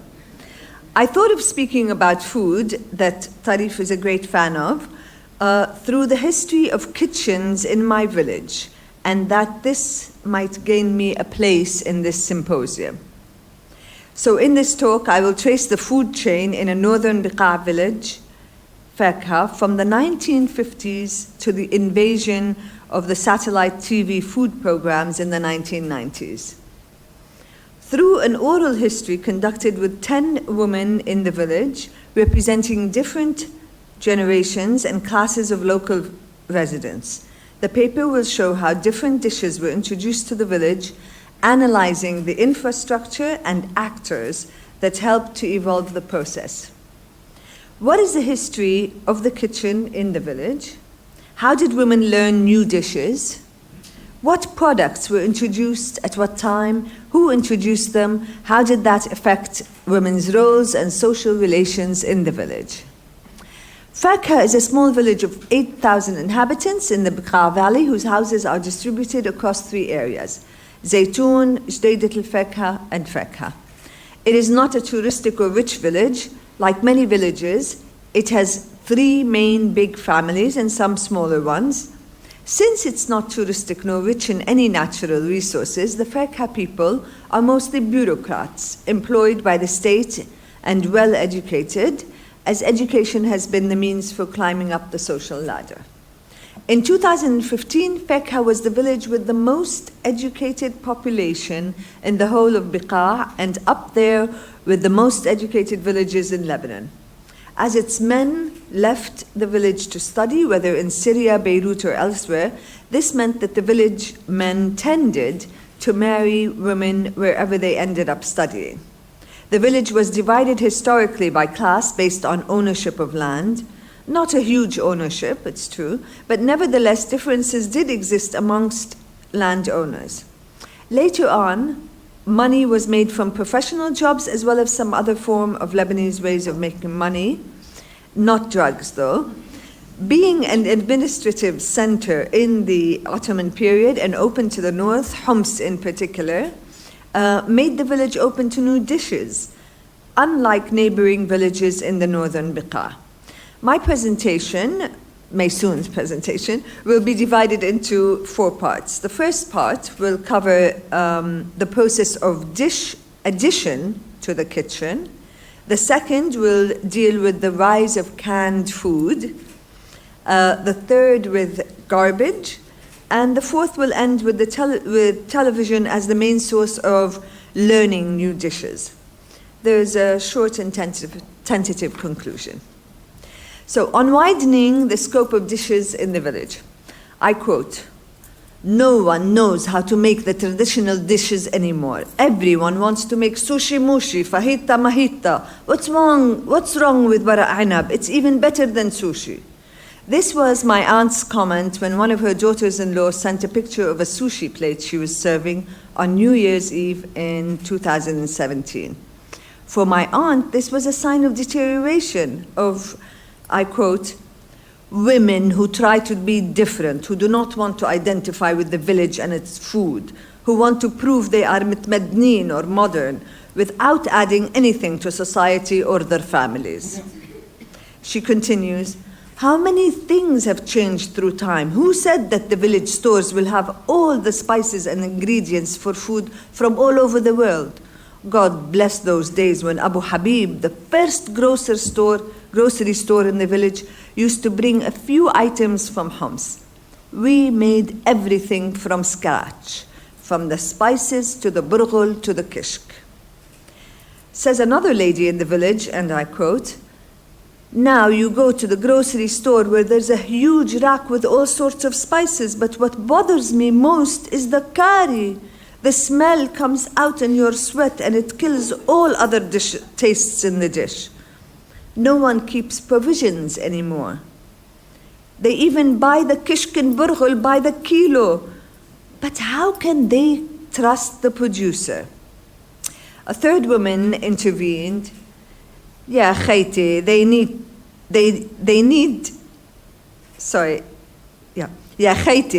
to say they cook with kari mitmadneen, modern, ya khayti. Yet another woman responds, and the mitmadneen do not stock provisions, muni, they only consume. The quotations above reflect not only the generational conflict over the kitchen, but also a class struggle and a struggle between modernity, i.e. making a non-Middle Eastern kitchen on the one hand, and tradition on the other, i.e. making the traditional food of the region. In addition, this conflict relates to class and social status as displayed in the Fakha kitchen. To tell the story of the kitchen, the three women opted to start with spices. As one of them says, because they're fed up with the curry and the masala. Recounting the history of spices a century back reveals not only the widening of dishes in the village, but also the move from the local production of spices to their consumption, and with it to the consumption of food. Apparently, at the turn of the century, the only available spice in the village market was cumin. I quote, cumin was added to all dishes back then, kibbe, fasulia, and everything with meat. When black pepper seed coming from Homs was introduced to the village market, the women started making their own khalta, or mix.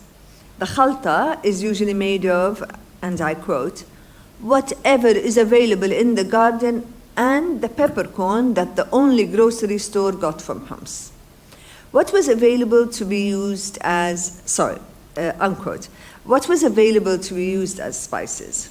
I quote, each woman had her own khalta. Mine was the peppercorn crushed with roses, warjuri, some basil, haba, and some marjoram, mardakush. This was my mother's mix, while others used only basil and roses as they could not buy the peppercorn, and others still just used peppercorn, unquote. She assured me, it depends on the woman's taste, not the men.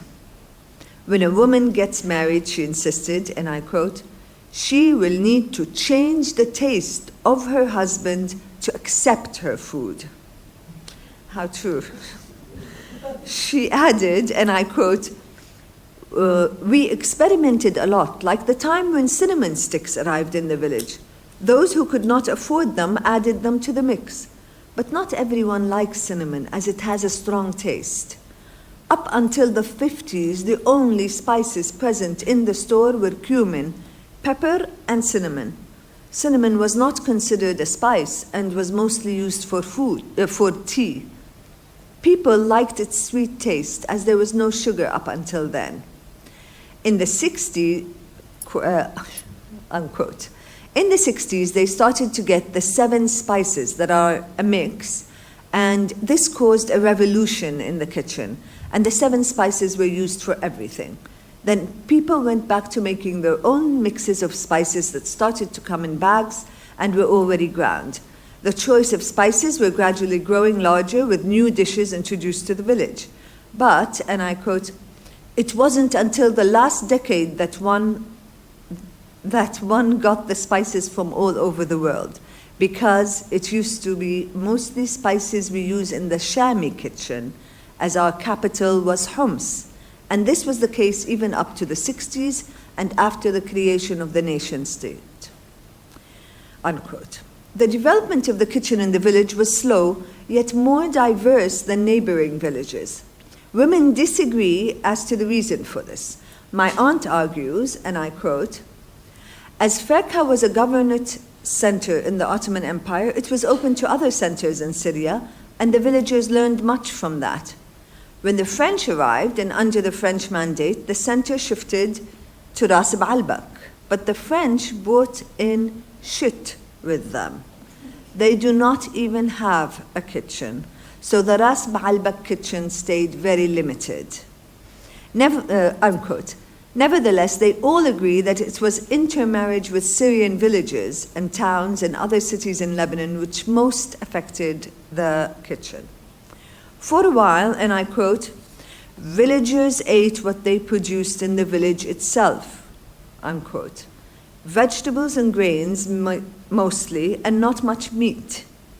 Burghul, grains, and kishk, or koshk, according to Tarif, were the main winter kitchen dishes, while in summer it was mostly vegetables grown in the village. At first, it was the extended family cooking together, but yet each eating alone. So they would cook together, but each house or nucleus. There is a story women tell when they want to emphasize the idea that if you love a person, you find their cooking delicious. Apparently, 2 sisters cooked together and divided the dish between the 2 families. One of the children ate at his aunt's house and then went to eat at his mom's and swore to her that his aunt's dishes tasted much better. Quote, "May you bury your parents, tu'bur ahlak. We made it together and simply divided our share." He would insist and swear to her that his aunt's dish is much more delicious and that she had better learn from her. So basically, بحب خالته الولد يعني. The villagers planted eggplants, zucchini, green beans, tomatoes, and cucumbers. Winter vegetables were cabbage, chard, potatoes, spinach, and krum, or better known today as kale. The village was known for its krum, and it used to be stuffed. In winter, they got all the dried vegetables from the summer. I quote, "We dried everything: tomatoes, zucchini, eggplants, dried grape leaves, all of which were added to the winter vegetables and grains consumed in winter. We had no lemon trees, and our lemony dishes were made either from pomegranate molasses, sumac, mostly grown in the arid areas above the village, or the sour grapes, husrum juice. Luckily, tabbouleh was not in our kitchen, so there was no need for lemon." Unquote. In the absence of rice in the village, yakhni dishes were made with burghul, fasulia, chicken, green beans, but the kitchen consisted mostly of sautéed vegetables. I quote, "Everything can be sautéed with a bit of samni baladi and onion. Garlic to be tasty, of course. It was tasty because it was all homemade. The burghul, the kishk, the vegetables from the land. Kibbi bikishk was served every Friday in winter, and in summer it was kibbi bilabani. And whatever is left the next day can be cooked with kishk in the morning. Meat was for occasions when you slaughter from your own herds, a lamb, a sheep, or a chicken. And whatever is left is made into awarma for the winter." Unquote. This was for those who could afford it. But how did you stuff everything if you did not eat much meat? Mayssoun asked. She answered, quote, why do you need meat to stuff things once you have burghul and homemade samni baladi? If you stuff it with anything, it will taste better than meat. Hummus, burghul, and samni baladi, the taste is still under my teeth. I can feel it. Unquote. Rice entered the village in the 30s.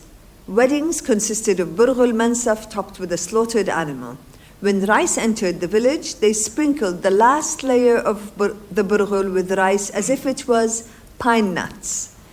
The consumption of rice, however, did not pick up until the 70s. In the 60s, it was more for invitations and meat once a week. At first, they used it as a medicine. I quote, whoever is sick will have boiled rice for all sorts of illnesses, from headaches to stomach aches to colds, unquote. The village kitchen got more diversified with women coming from different places. In the 50s, there were two major introductions to the village. One was through immigrants coming back from Latin America, Argentina, and Brazil. I quote, we have a very special dish for you, my grandfather told us, when we arrived at the end of the village by bus. I imagined it would be like kibbe or some other nice dish. We arrived at the house and we found boiled spaghetti. It had just arrived at the village from Homs. I wanted to cry. I had 3 months of spaghetti on the Italian ship that brought us from Argentina. But my mom looked at us with that look. We understood that we had to eat and be grateful. So, unquote. Spaghetti arrived in Fakha in 1953, but they used it to boil it and eat it. Like rice, whenever a new dish entered the village, it was enjoyed by the very few and it would just be boiled. It is, I quote, new, and the new does not need any spices or samni baladi or anything.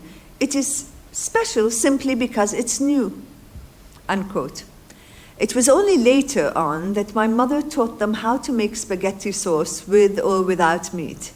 From Argentina, dishes like guiso, I don't know if I pronounced it right, guiso or guiso, rice, peas, meat, carrots cooked with herbs, spices, and tomato sauce, different eggplant dishes, stuffed peppers, as well as different kinds of pies and meat steaks were introduced to the village. From Argentina, also using thyme, za'atar, as a spice was brought in, as well as the first time that they put raisins in food, raisins in empanadas or in stuffed peppers. From Argentina, too, the vegetable stew with maize was introduced. In the late 50s, a young man from the village went to study medicine in Damascus and married a Damascene girl who used to come and visit her in-laws all summer with her sisters and brothers. And from Damascus, the ablama, sheikh al-mahshi, fuliye, and many other dishes with rice were introduced to the village. At first, they'd teach the hostess, then the hostess would cook them during feasts and invitations and teach other women in the village. From Damascus, all sorts of fattis were introduced. Fattit hummus, fattit batinjan.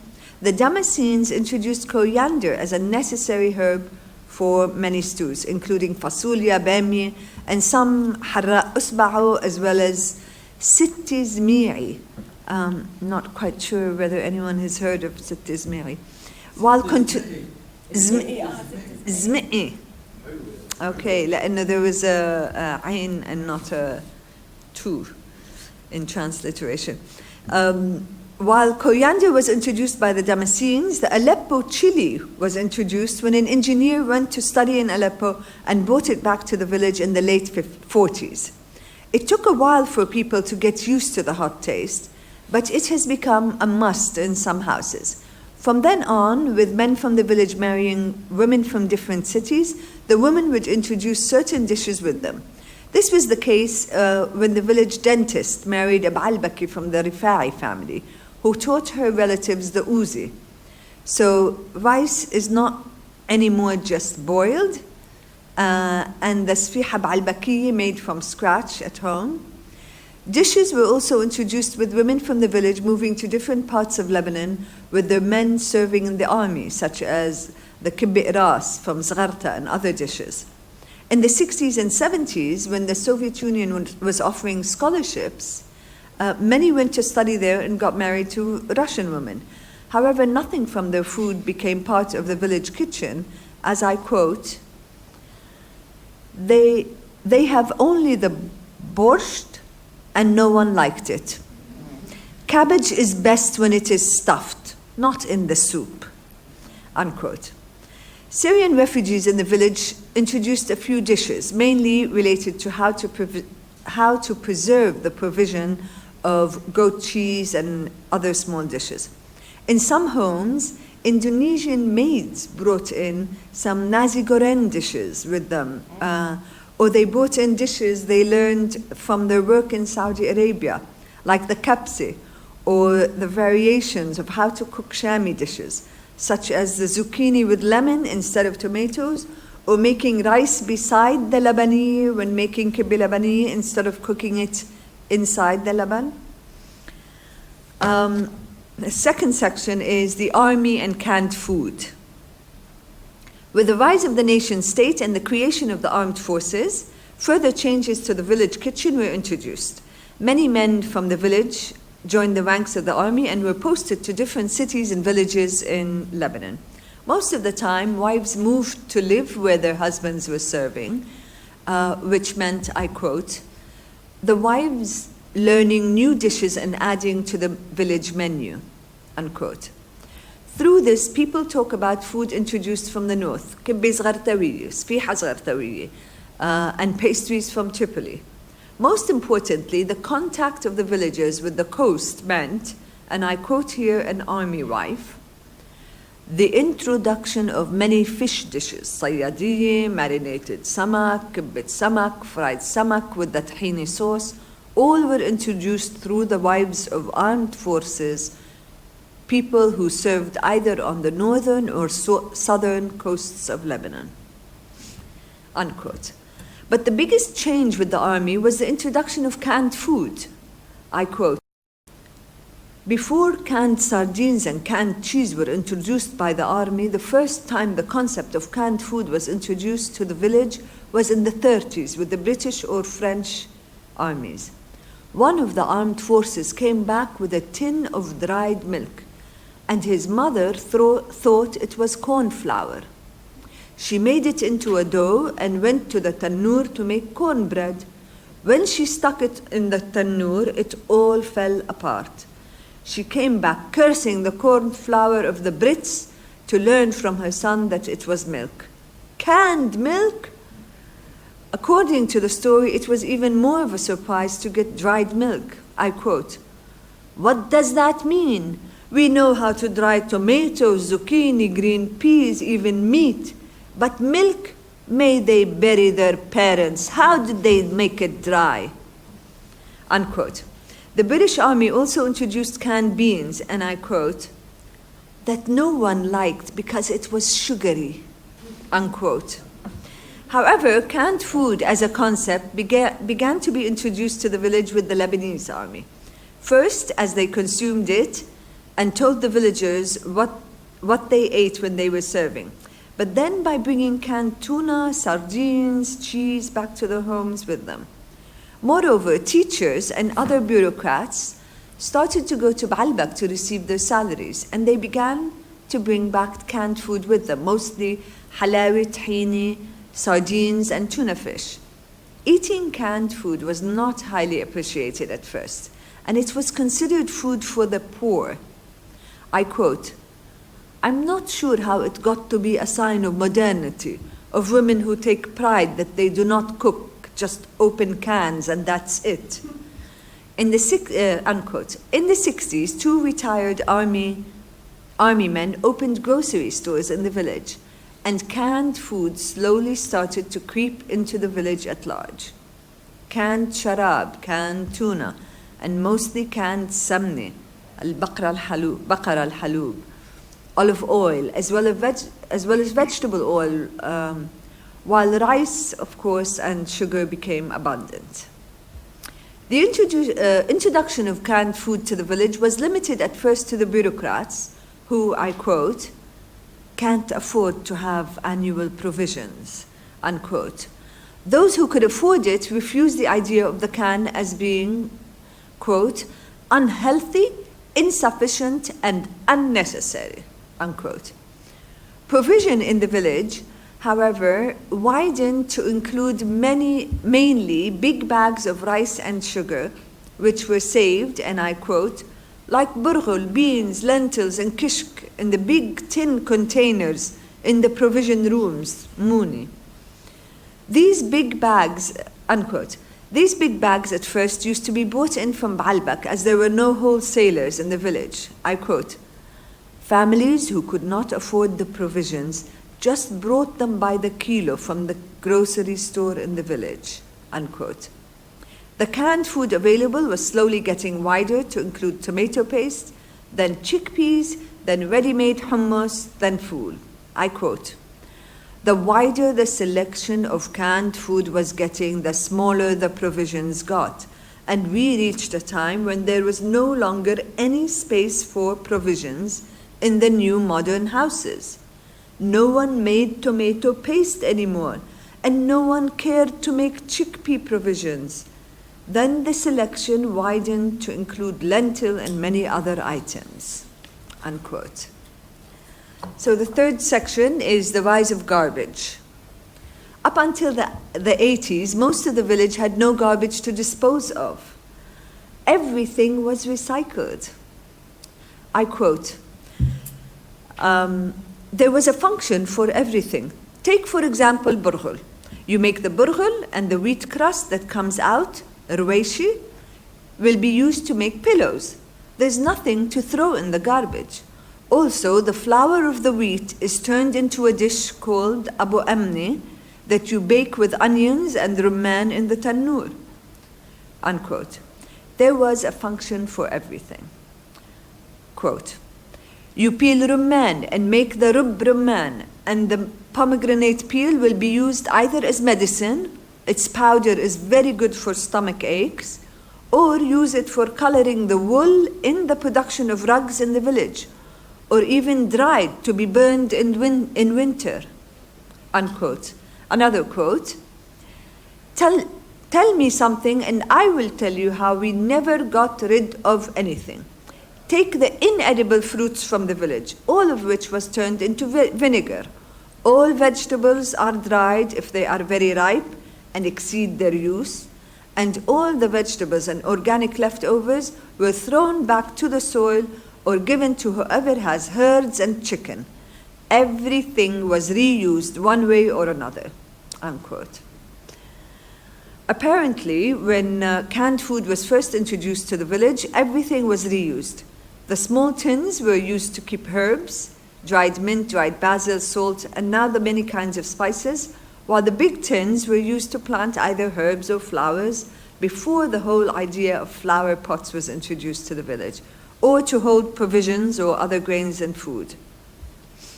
With the shift from canned food as substitute for the provisions and the growth of the village population, this became unsustainable. I quote, with modernity, people stopped raising herds or chicken in their backyards, so the leftover food was to be dispensed of as garbage. Also, with the presence of 2 vegetable stores beside the grocery stores, you get the plastic bags as well as the cans. It was hard to recycle everything. In the 80s, people used to take their garbage and dispose of it in the flood channel. Sa'i flood channel. In the 90s, and with the election of the first municipality, we got garbage containers all over the village, unquote. And the fourth section is the turn of the century, the television stations, and the second revolution of the village kitchen. consuming recipes, consuming food. At the turn of the century, almost every house in the village had a satellite dish. There were very many food channels on the satellites that ran for 24 hours. Women started to learn from the channels how to make food, different foods. I quote, Mexican, Indian, Japanese, and there were even changes to our traditional food. Every house now has a scale and measuring cups and different sets of measuring spoons. Women follow the recipes of the TV chefs, word by word. Even salt is measured by grams now, unquote. The old women lament not only the fact that this is killing the traditional kitchen, but also killing the creativity of women. I quote, dishes used to be named after the women who cooked them best, or after the woman who introduced them to the village. Thus, for a while, the giso, since it was introduced by Shahina, used to be called the Shahina dish. After a decade, they started to call it simply giso. Likewise, because Shamma was well known for her tasty fawarigh used to be called after her, fawarigh Shamma. Now the dishes are called after the TV chef. Some man or woman we have never met or even know, like Aklet Manal or Aklet Chef Ramzi, and so on, unquote. Older women have a real distaste for the cups and scales in most kitchens now. I quote an older woman. The introduction of measurements and scales has also made women lose their touch with food. In the old days, we used to say someone نفسها طيب على الأكل. Or when someone cooks, they put their soul in the food. Yes, maybe our dishes were limited and we rotated dishes every week, but dishes tasted differently for each of us. It also reflected our mood in many ways. So sometimes you cook the dish and it turns out salty and you are angry, or it turns lemony and you are upset, and so on. It was a way to tell your husband you are angry with him, or you love him, or you had a bad day. Now, with all the measurements, it is all the same. Angry, happy, or upset, it tastes the same. And it is not your soul. It is some chef from the satellite and his soul in the food. There are no messages through cooking to husbands, mother-in-law, or children anymore. My aunt says, unquote, my aunt says, my daughters-in-law cook like robots. It is mechanical. They bring in the scales and the cups for all the dishes, and not just for cakes. And they just measure, add, and get the dish. They do not even adjust the measurement to the products they are using. For example, if you sometimes use canned tomatoes of different types, you need to adjust to get a taste. But no, it is like Quranic verses. You memorize and repeat mechanically. No questioning, no messing around. Another woman says, consuming recipes is one form of consumption of food and dishes. Another woman complained, another kind of consumption is the rise of delivery food. Delivery, unquote. The recent presence of Syrian refugees in the village, with 14,000 settled in the village from Homs province, not only helped the rise of restaurants, whether for breakfast, fatti hummus fool, or lunch, mainly Halabi kitchen, but also for the coming for the first time of the concept of home delivery of food to the village. I quote, excuse me. Thank you. So I'm quoting, the presence of many Syrian workers besides the rise of consumption amongst mostly non-working women has led to the proliferation of restaurants, as well as the delivery culture, unquote. The village now has 8 restaurants and 5 bakeries and 1 major restaurant that is specialized in social events, weddings, invitations, engagement parties, and there are many Syrian children working in delivery. Besides the obvious rise of a culture of consumption, the women who are against the delivery culture are against it because, and I quote, "They think it kills many relations in the family. It kills," I quote, "conversations in the morning on what to cook for lunch or dinner, and it kills conversation whether the dish was good or not, how and why it is salty or lemony. Then I can talk about my salty lemony day." Another woman says, "It kills the relationship of mothers to their children. Children always remember the taste of their mother's food, and we say this bonds them together." Another says, "It kills a sense of creativity and production by women, and a weapon they can use to starve their men when they are not happy," unquote. And a final quote, "It kills the race to attain distinction among women as to who is a better cook. It kills their empowerment as well," unquote. So this finally comes to the conclusion. What do we learn from this local history of food in one village?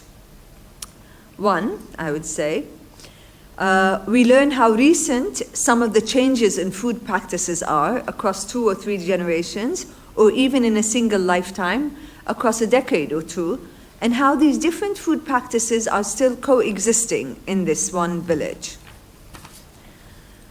The second conclusion would be, it is a story of creativity, innovation, and empowerment. The way in which, on the one hand, you have an increasing variety of food practices, but on the other, a loss of innovation, creativity, and empowerment. 3, stories exist here of sustainability, both in terms of sourcing food and disposing of food waste, and a real situation concerning a shift towards less sustainable practices. Then there is the rise of consumerism and increasing dependency on markets and the corporate production of food. And 4, there is also a longer history of linkages between food practices and migration patterns, from practices of marriage to refugee displacement. And 5, again, we encounter here the gender dynamics of using food, the power of women as the cooks in the house, food as social activity. And finally, we confront food as a marker of social and class distinction and status, and how this has shifted across time. Thank you. Can I say one thing? I wish I had written this paper, actually. Performance high. Thank you, Ali. Thank you to Mayssoun. Thank you to our 3 wonderful speakers, wonderful papers. The floor is now open for questions. صباح الخير. بداية مريم أشكرك على المداخلة الرائعة، اللغة السلسة والتوضيح واختصار السند. فقط أردت أن أضيف أن بالنسبة إلى قطام، نسب عائلتها مختلف فيه قليلا، فأحيانا يقولون قطام أو قطامة أو قطامي، بنت الشجنة أو بنت الأخضر أو ولكن ما أثار انتباهي هو قطام الكلمة نفسها. فالقطم هو شهوة اللحم أو الضراب أو النكاح.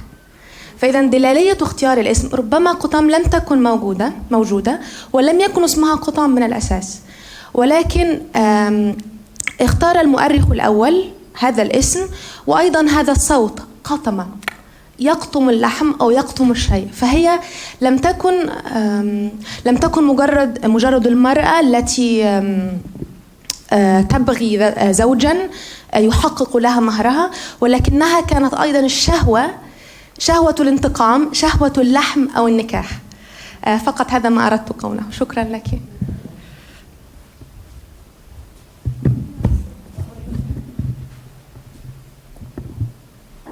بالنسبة لدلالة الاسم، هو الاسم مختلف في تحريكه.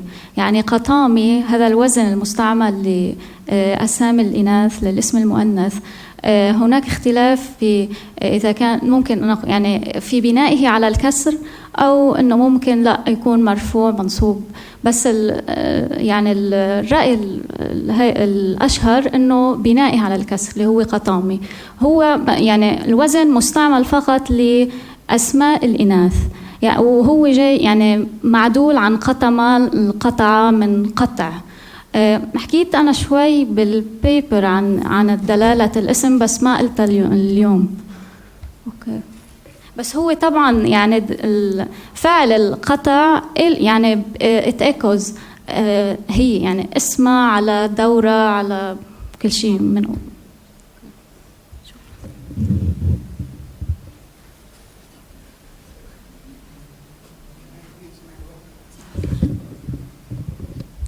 Thank you for a really wonderful, wonderful panel. I want to echo the question before, because I was actually thinking the same thing. She sounds to me to be an archetypal figure. And then I was also thinking about your paper, Dana, and thinking about, again, this kind of conjunction of, if you like, space, time, and biography to produce an archetypal image, whether it's a space, whether it's a person, or so on. And of course, we know that no matter how you theorize the archetype, whether you want to do it psychoanalytically, whether you want to do it literarily or whatever, it always embodies a kind of an ethical dimension, which in your case was very clear in your paper. But I want to ask you, Dana, to maybe bring that out a bit, especially because of the Fada'il genre, having this very strong, what I understand, at least from the few that I've looked at, Fada'il al-Habasha, masalan, have a strong kind of ethical dimension. So there's a forging of the self that is also happening, both in the walks, in the process of encountering the spaces, in the process of even collapsing, if you like, a universal history with a contemporary kind of topographical situation. Do you see what I'm trying to say? And the embodiment of biographies all the time. Ethical hina, I mean in terms of forging of the self. A kind of a way in which being and knowing and existing fold into one. A way of experiencing the world, if you like. Do you see what I'm trying to say? Like, you're pulling out a certain discourse, right? And in that discourse, there are moral elements that are coming up all the time. But I wonder if there's more that can be done with that. Maybe it's too vague, my question. That is too vague. I need to understand a little bit more, and I think there's not much more that can be done with that, right? Yeah. So maybe it's too early or too fresh from. Yeah, I need to think about it. Okay. It's a thought, because there's a very clear link for me in my head, which We'll talk about it. Okay. At this point, I really can't answer the question.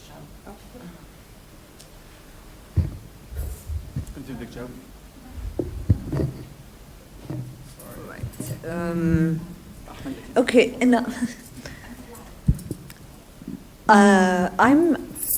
because I come from a theater background, I'm very interested, maybe we'll talk later, but if you need to think about it, because both in the Ashura tradition, so my understanding is that there are no female figures replaying the Ashura event or يعني the 10 أيام or مقتل الحسين or. So that's something I wanted to know whether you came across while reading. And the second is for you, Dana, about the whether coming to the Adira also included attending some kind of performances that were kind of also available, or what kind of rituals, I mean, was that available? Did they mention any kind of rituals that they used to attend? And because, it's been so banned from Islam to يعني, do performative rituals. So I'm just wondering, they did see all of this in the Adjira, يعني, so.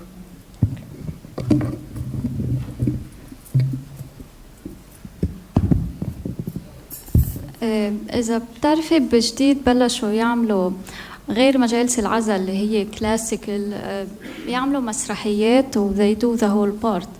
وبهالمسرحيات بيكون في نساء، بس بيكون يعني مثلا إذا عم يحكوا، إذا البلاير هي مثلا زينب، بيكون حاطين على وجهها as if no, you don't have to personalize it. لا مسرحية عادة، يعني بيكون كيف بيعملوها بالعادة بالضيق. ايه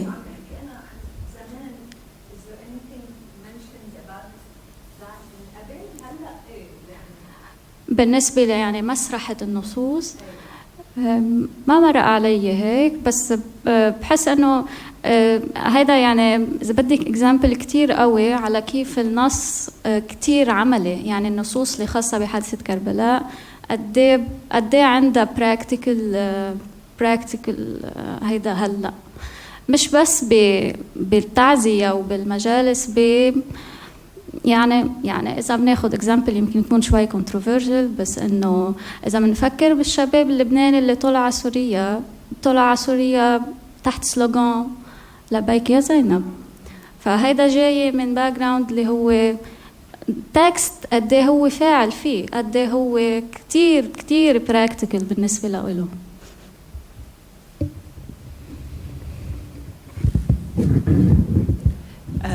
So not only are there performances in the sense that they're processions that they describe, and the production of flowers by the boys is a big part of this ritual, of the rituals that they describe in these things.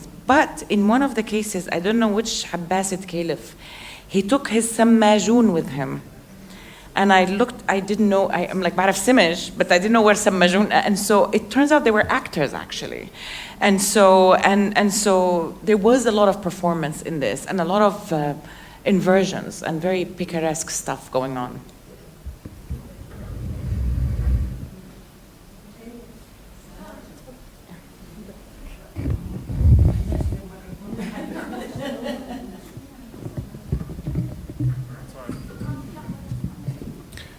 So essentially I have some comments and some questions, but I'll start with Aliya's point. In South Asia, there are certain rituals that focus on the woman's role in the whole massacre of Hussein. So what the women did, and I know some actors and women singers who play those roles, and those trace back in time.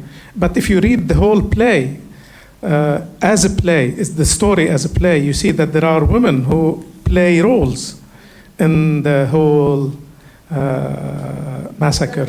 You know, what they say when they are encountered with the corpse, beheaded, and all of this. So the initial narrator saw a point for a woman to play a role in that event. And I think Islamic history is misjudged on the issue of theater. We don't have the records. And we judge on the basis of the lack of record, and it goes back to a discussion I had with Tarif yesterday that the oral tradition is often bracketed out by historians. We don't account as an evidence of the presence of something, so we only look for written sources. So we have been very prejudiced toward the writing, and for the most part, theater doesn't exist. But the Hakawati, for instance, which traces its back, this is a form of play Khayal al-Zil. You know, all of these were part of a very active kind of theater that existed in the Muslim world. Mariam, thank you. It's a fascinating paper. I don't have any questions to ask, but I just want to note that. Then I have two comments. One little bit corrective, very minor point. Usually, Hafiz, today we automatically think of Hafiz al-Quran, and we translate it as Quran memorizer. in pre-modern times, Hafiz indicated hadith, memorizer of hadith. I know this. Yeah. I copied exactly where it's like. Yeah. This is a very common mistake, by the way. Yeah, and we judge it on the basis of the day, and because the forte was the Quran was a small text in comparison to the hadith. That's why hadith was always, to earn a memorizer, you need to memorize double the Quran or 10 times the Quran. So in my published paper about there's a whole section about al-Hafiz. Yeah. What that means. So that's great. Then I'll take back that. And that actually ties me to my broader comment. Ibn Asakir was really known as Hafiz al-Sham, and that's by the acknowledgement of his peers and his successors. There was no one like him in Syria. Yeah, so his memorization of hadith and isnads and hadith scholarship, which is a critique, seemed to them unparalleled. At the same time, and precisely given what you just told us, he had a soft spot for weak hadith, because only the weak hadith would allow him to web this sanctity of Damascus and its influence, right? And they noted it as well, is that even though he was al-Hafiz, that unequaled, he used to handle these very questionable stuff.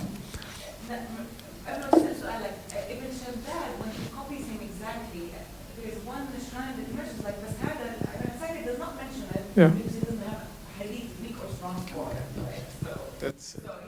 So in that spirit, my comment actually is broader, in the sense that what you shared with us, which is fascinating, is this process of I wouldn't yes, Islamization, Sunnification to some extent, because Ibn Asakir was very aware of that aspect. Of trying to take a heritage and try to give it, I wouldn't call it exclusively Islamic, but a very markable Islamic, and that left a trace. So what would help us also in this process of investigation is to see were there voices against that process. And look and behold, we don't have to search hard, because the lunatic Ibn Taymiyyah stands up to demonizes this process as it is going on. And you find the traces of that everywhere of his writings, is this process of the Muslims, Sunnis in particular, venerating these questionable spots. Ibn Qayyim al-Jawziyya. And obviously, he starts a lineage in that way, is that because it's unfolding in their own times and taking this kind of popularization, they are standing. So it's important to look at both sides of this, how it is being played out. Is this the establishment of Damascus as a sacred space, and the counter argument that these spots are all associations with heresy, with false Islam, and all of these things. So the beauty of this whole thing, of course, this is all written in the paper. But the beauty of all of this is that both Ibn Qayyim grave and Ibn Taymiyyah's grave became sites of visitation, and they show up in al-Hawrani. So these are the people who were very much against. These two were very much against this whole cult of shrine visitations. And they attacked it vociferously on the basis that it was actually, especially Ibn Taymiyyah, that it is it's copying Christians, and it's kind of brought in by insincere Christians who converted to Islam. So it was really based on the Christianity of the activity that he goes against it. And then lo and behold, their graves become visitation sites, and that's kind of how this ends, really. So yes, it's a part of the bigger story. Thank you. Was there a question?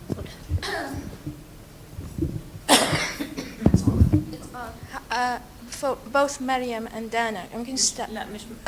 Is this clear? Okay, very quickly. I'm going to come to you in a second, but I want to ask Dana a question first. And this is about liminal space, right? So if a diyarat is liminal space, right, what happens in the Islamizations in the ziyarat? right? What is there alternate? Does this mausoleum become a liminal space? What kind of liminal space is that, and what happens there, and so on and so forth, right? And do you want to answer that question? No, I can wait. Mariam, okay, and Mariam's and there's something like similar between the two of you, which is the question of al-hawa, dhamm al-hawa, Ibn al-Jawzi. All right, and I want to come back to you, right, the question because of this intersection between anecdotes, khabar, sha'r, qasida, and the role of women, al-hubb, al-ishq, right, in sort of the sort of unraveling of political assassination plots and so on and so forth. But I want to ask you more precisely about the role of al-hawa, right, in this kind of narratives, right, or particularly kayd al-nisa that you find in both story and history, and in Tabari itself, in the story of Suleiman, right. There's a story about Jarada, right. Because of whom? Because she worships her father, right? Suleiman loses his power for 40 days, right? And loses his ring and so on and so forth. You know about that story. But I sort of, and this comes back to the function, right, of these stories in historical narratives. And I think this brings us back to the question Dalia raised about the difference between politics and ethics, right? Is there a difference between the two? So again, I didn't have time, and even in the paper. So Victor Turner has a whole book about pilgrimage as a liminoid phenomenon, whether it is the space, which is also outside the city, or the activity, because once you enter, you are out of the usual social order to enter a different space. So I kind of, pilgrimage is so much more obviously liminal, at least in the scholarship, so I didn't take time to talk about it. So it's a very different kind, and maybe it does need some work, but then also there's a part of me that is like, really? Am I using Victor Turner right now? So I think I do need to, I depended on Victor Turner, that he has a whole book about it, and just say liminality, but maybe I need to actually show how the two are different kinds of liminality. Can I tell something about what sort of like the qubba among the Chinese Muslims and in Central Asia, right? In later period, right? These become places of performance of ishq, right? And qalandars, and what they do is they come, right? They recite poetry in praise of Muhammad, but usually come out in the form of poetry, right? And also these are these qubba, which is the sort of the tombs of the ulama and Sufi saints, right? They become like madaris, like places of learning and libraries where Muslims come and sort of so there's a lot of sort of like pilgrimage in a sense, but it's also rihla fi talab al-ilm, but also performance of identity, religion's communal identity, something like that. It would be interesting. No, I mean I need to sit with it just to bring out the differences. I'm reluctant to say that we are dealing with like the same motif, the motif of زوجة سليمان اللي من وراها خسر الملك ومعروف لأن like we have two levels of narrations. That of Sulaiman is like it's in the context of قصص الأنبياء, whereas that of Qatami and Ibn Muljam it's like in the تاريخ يعني الماضي التاريخي اللي محفور المسند.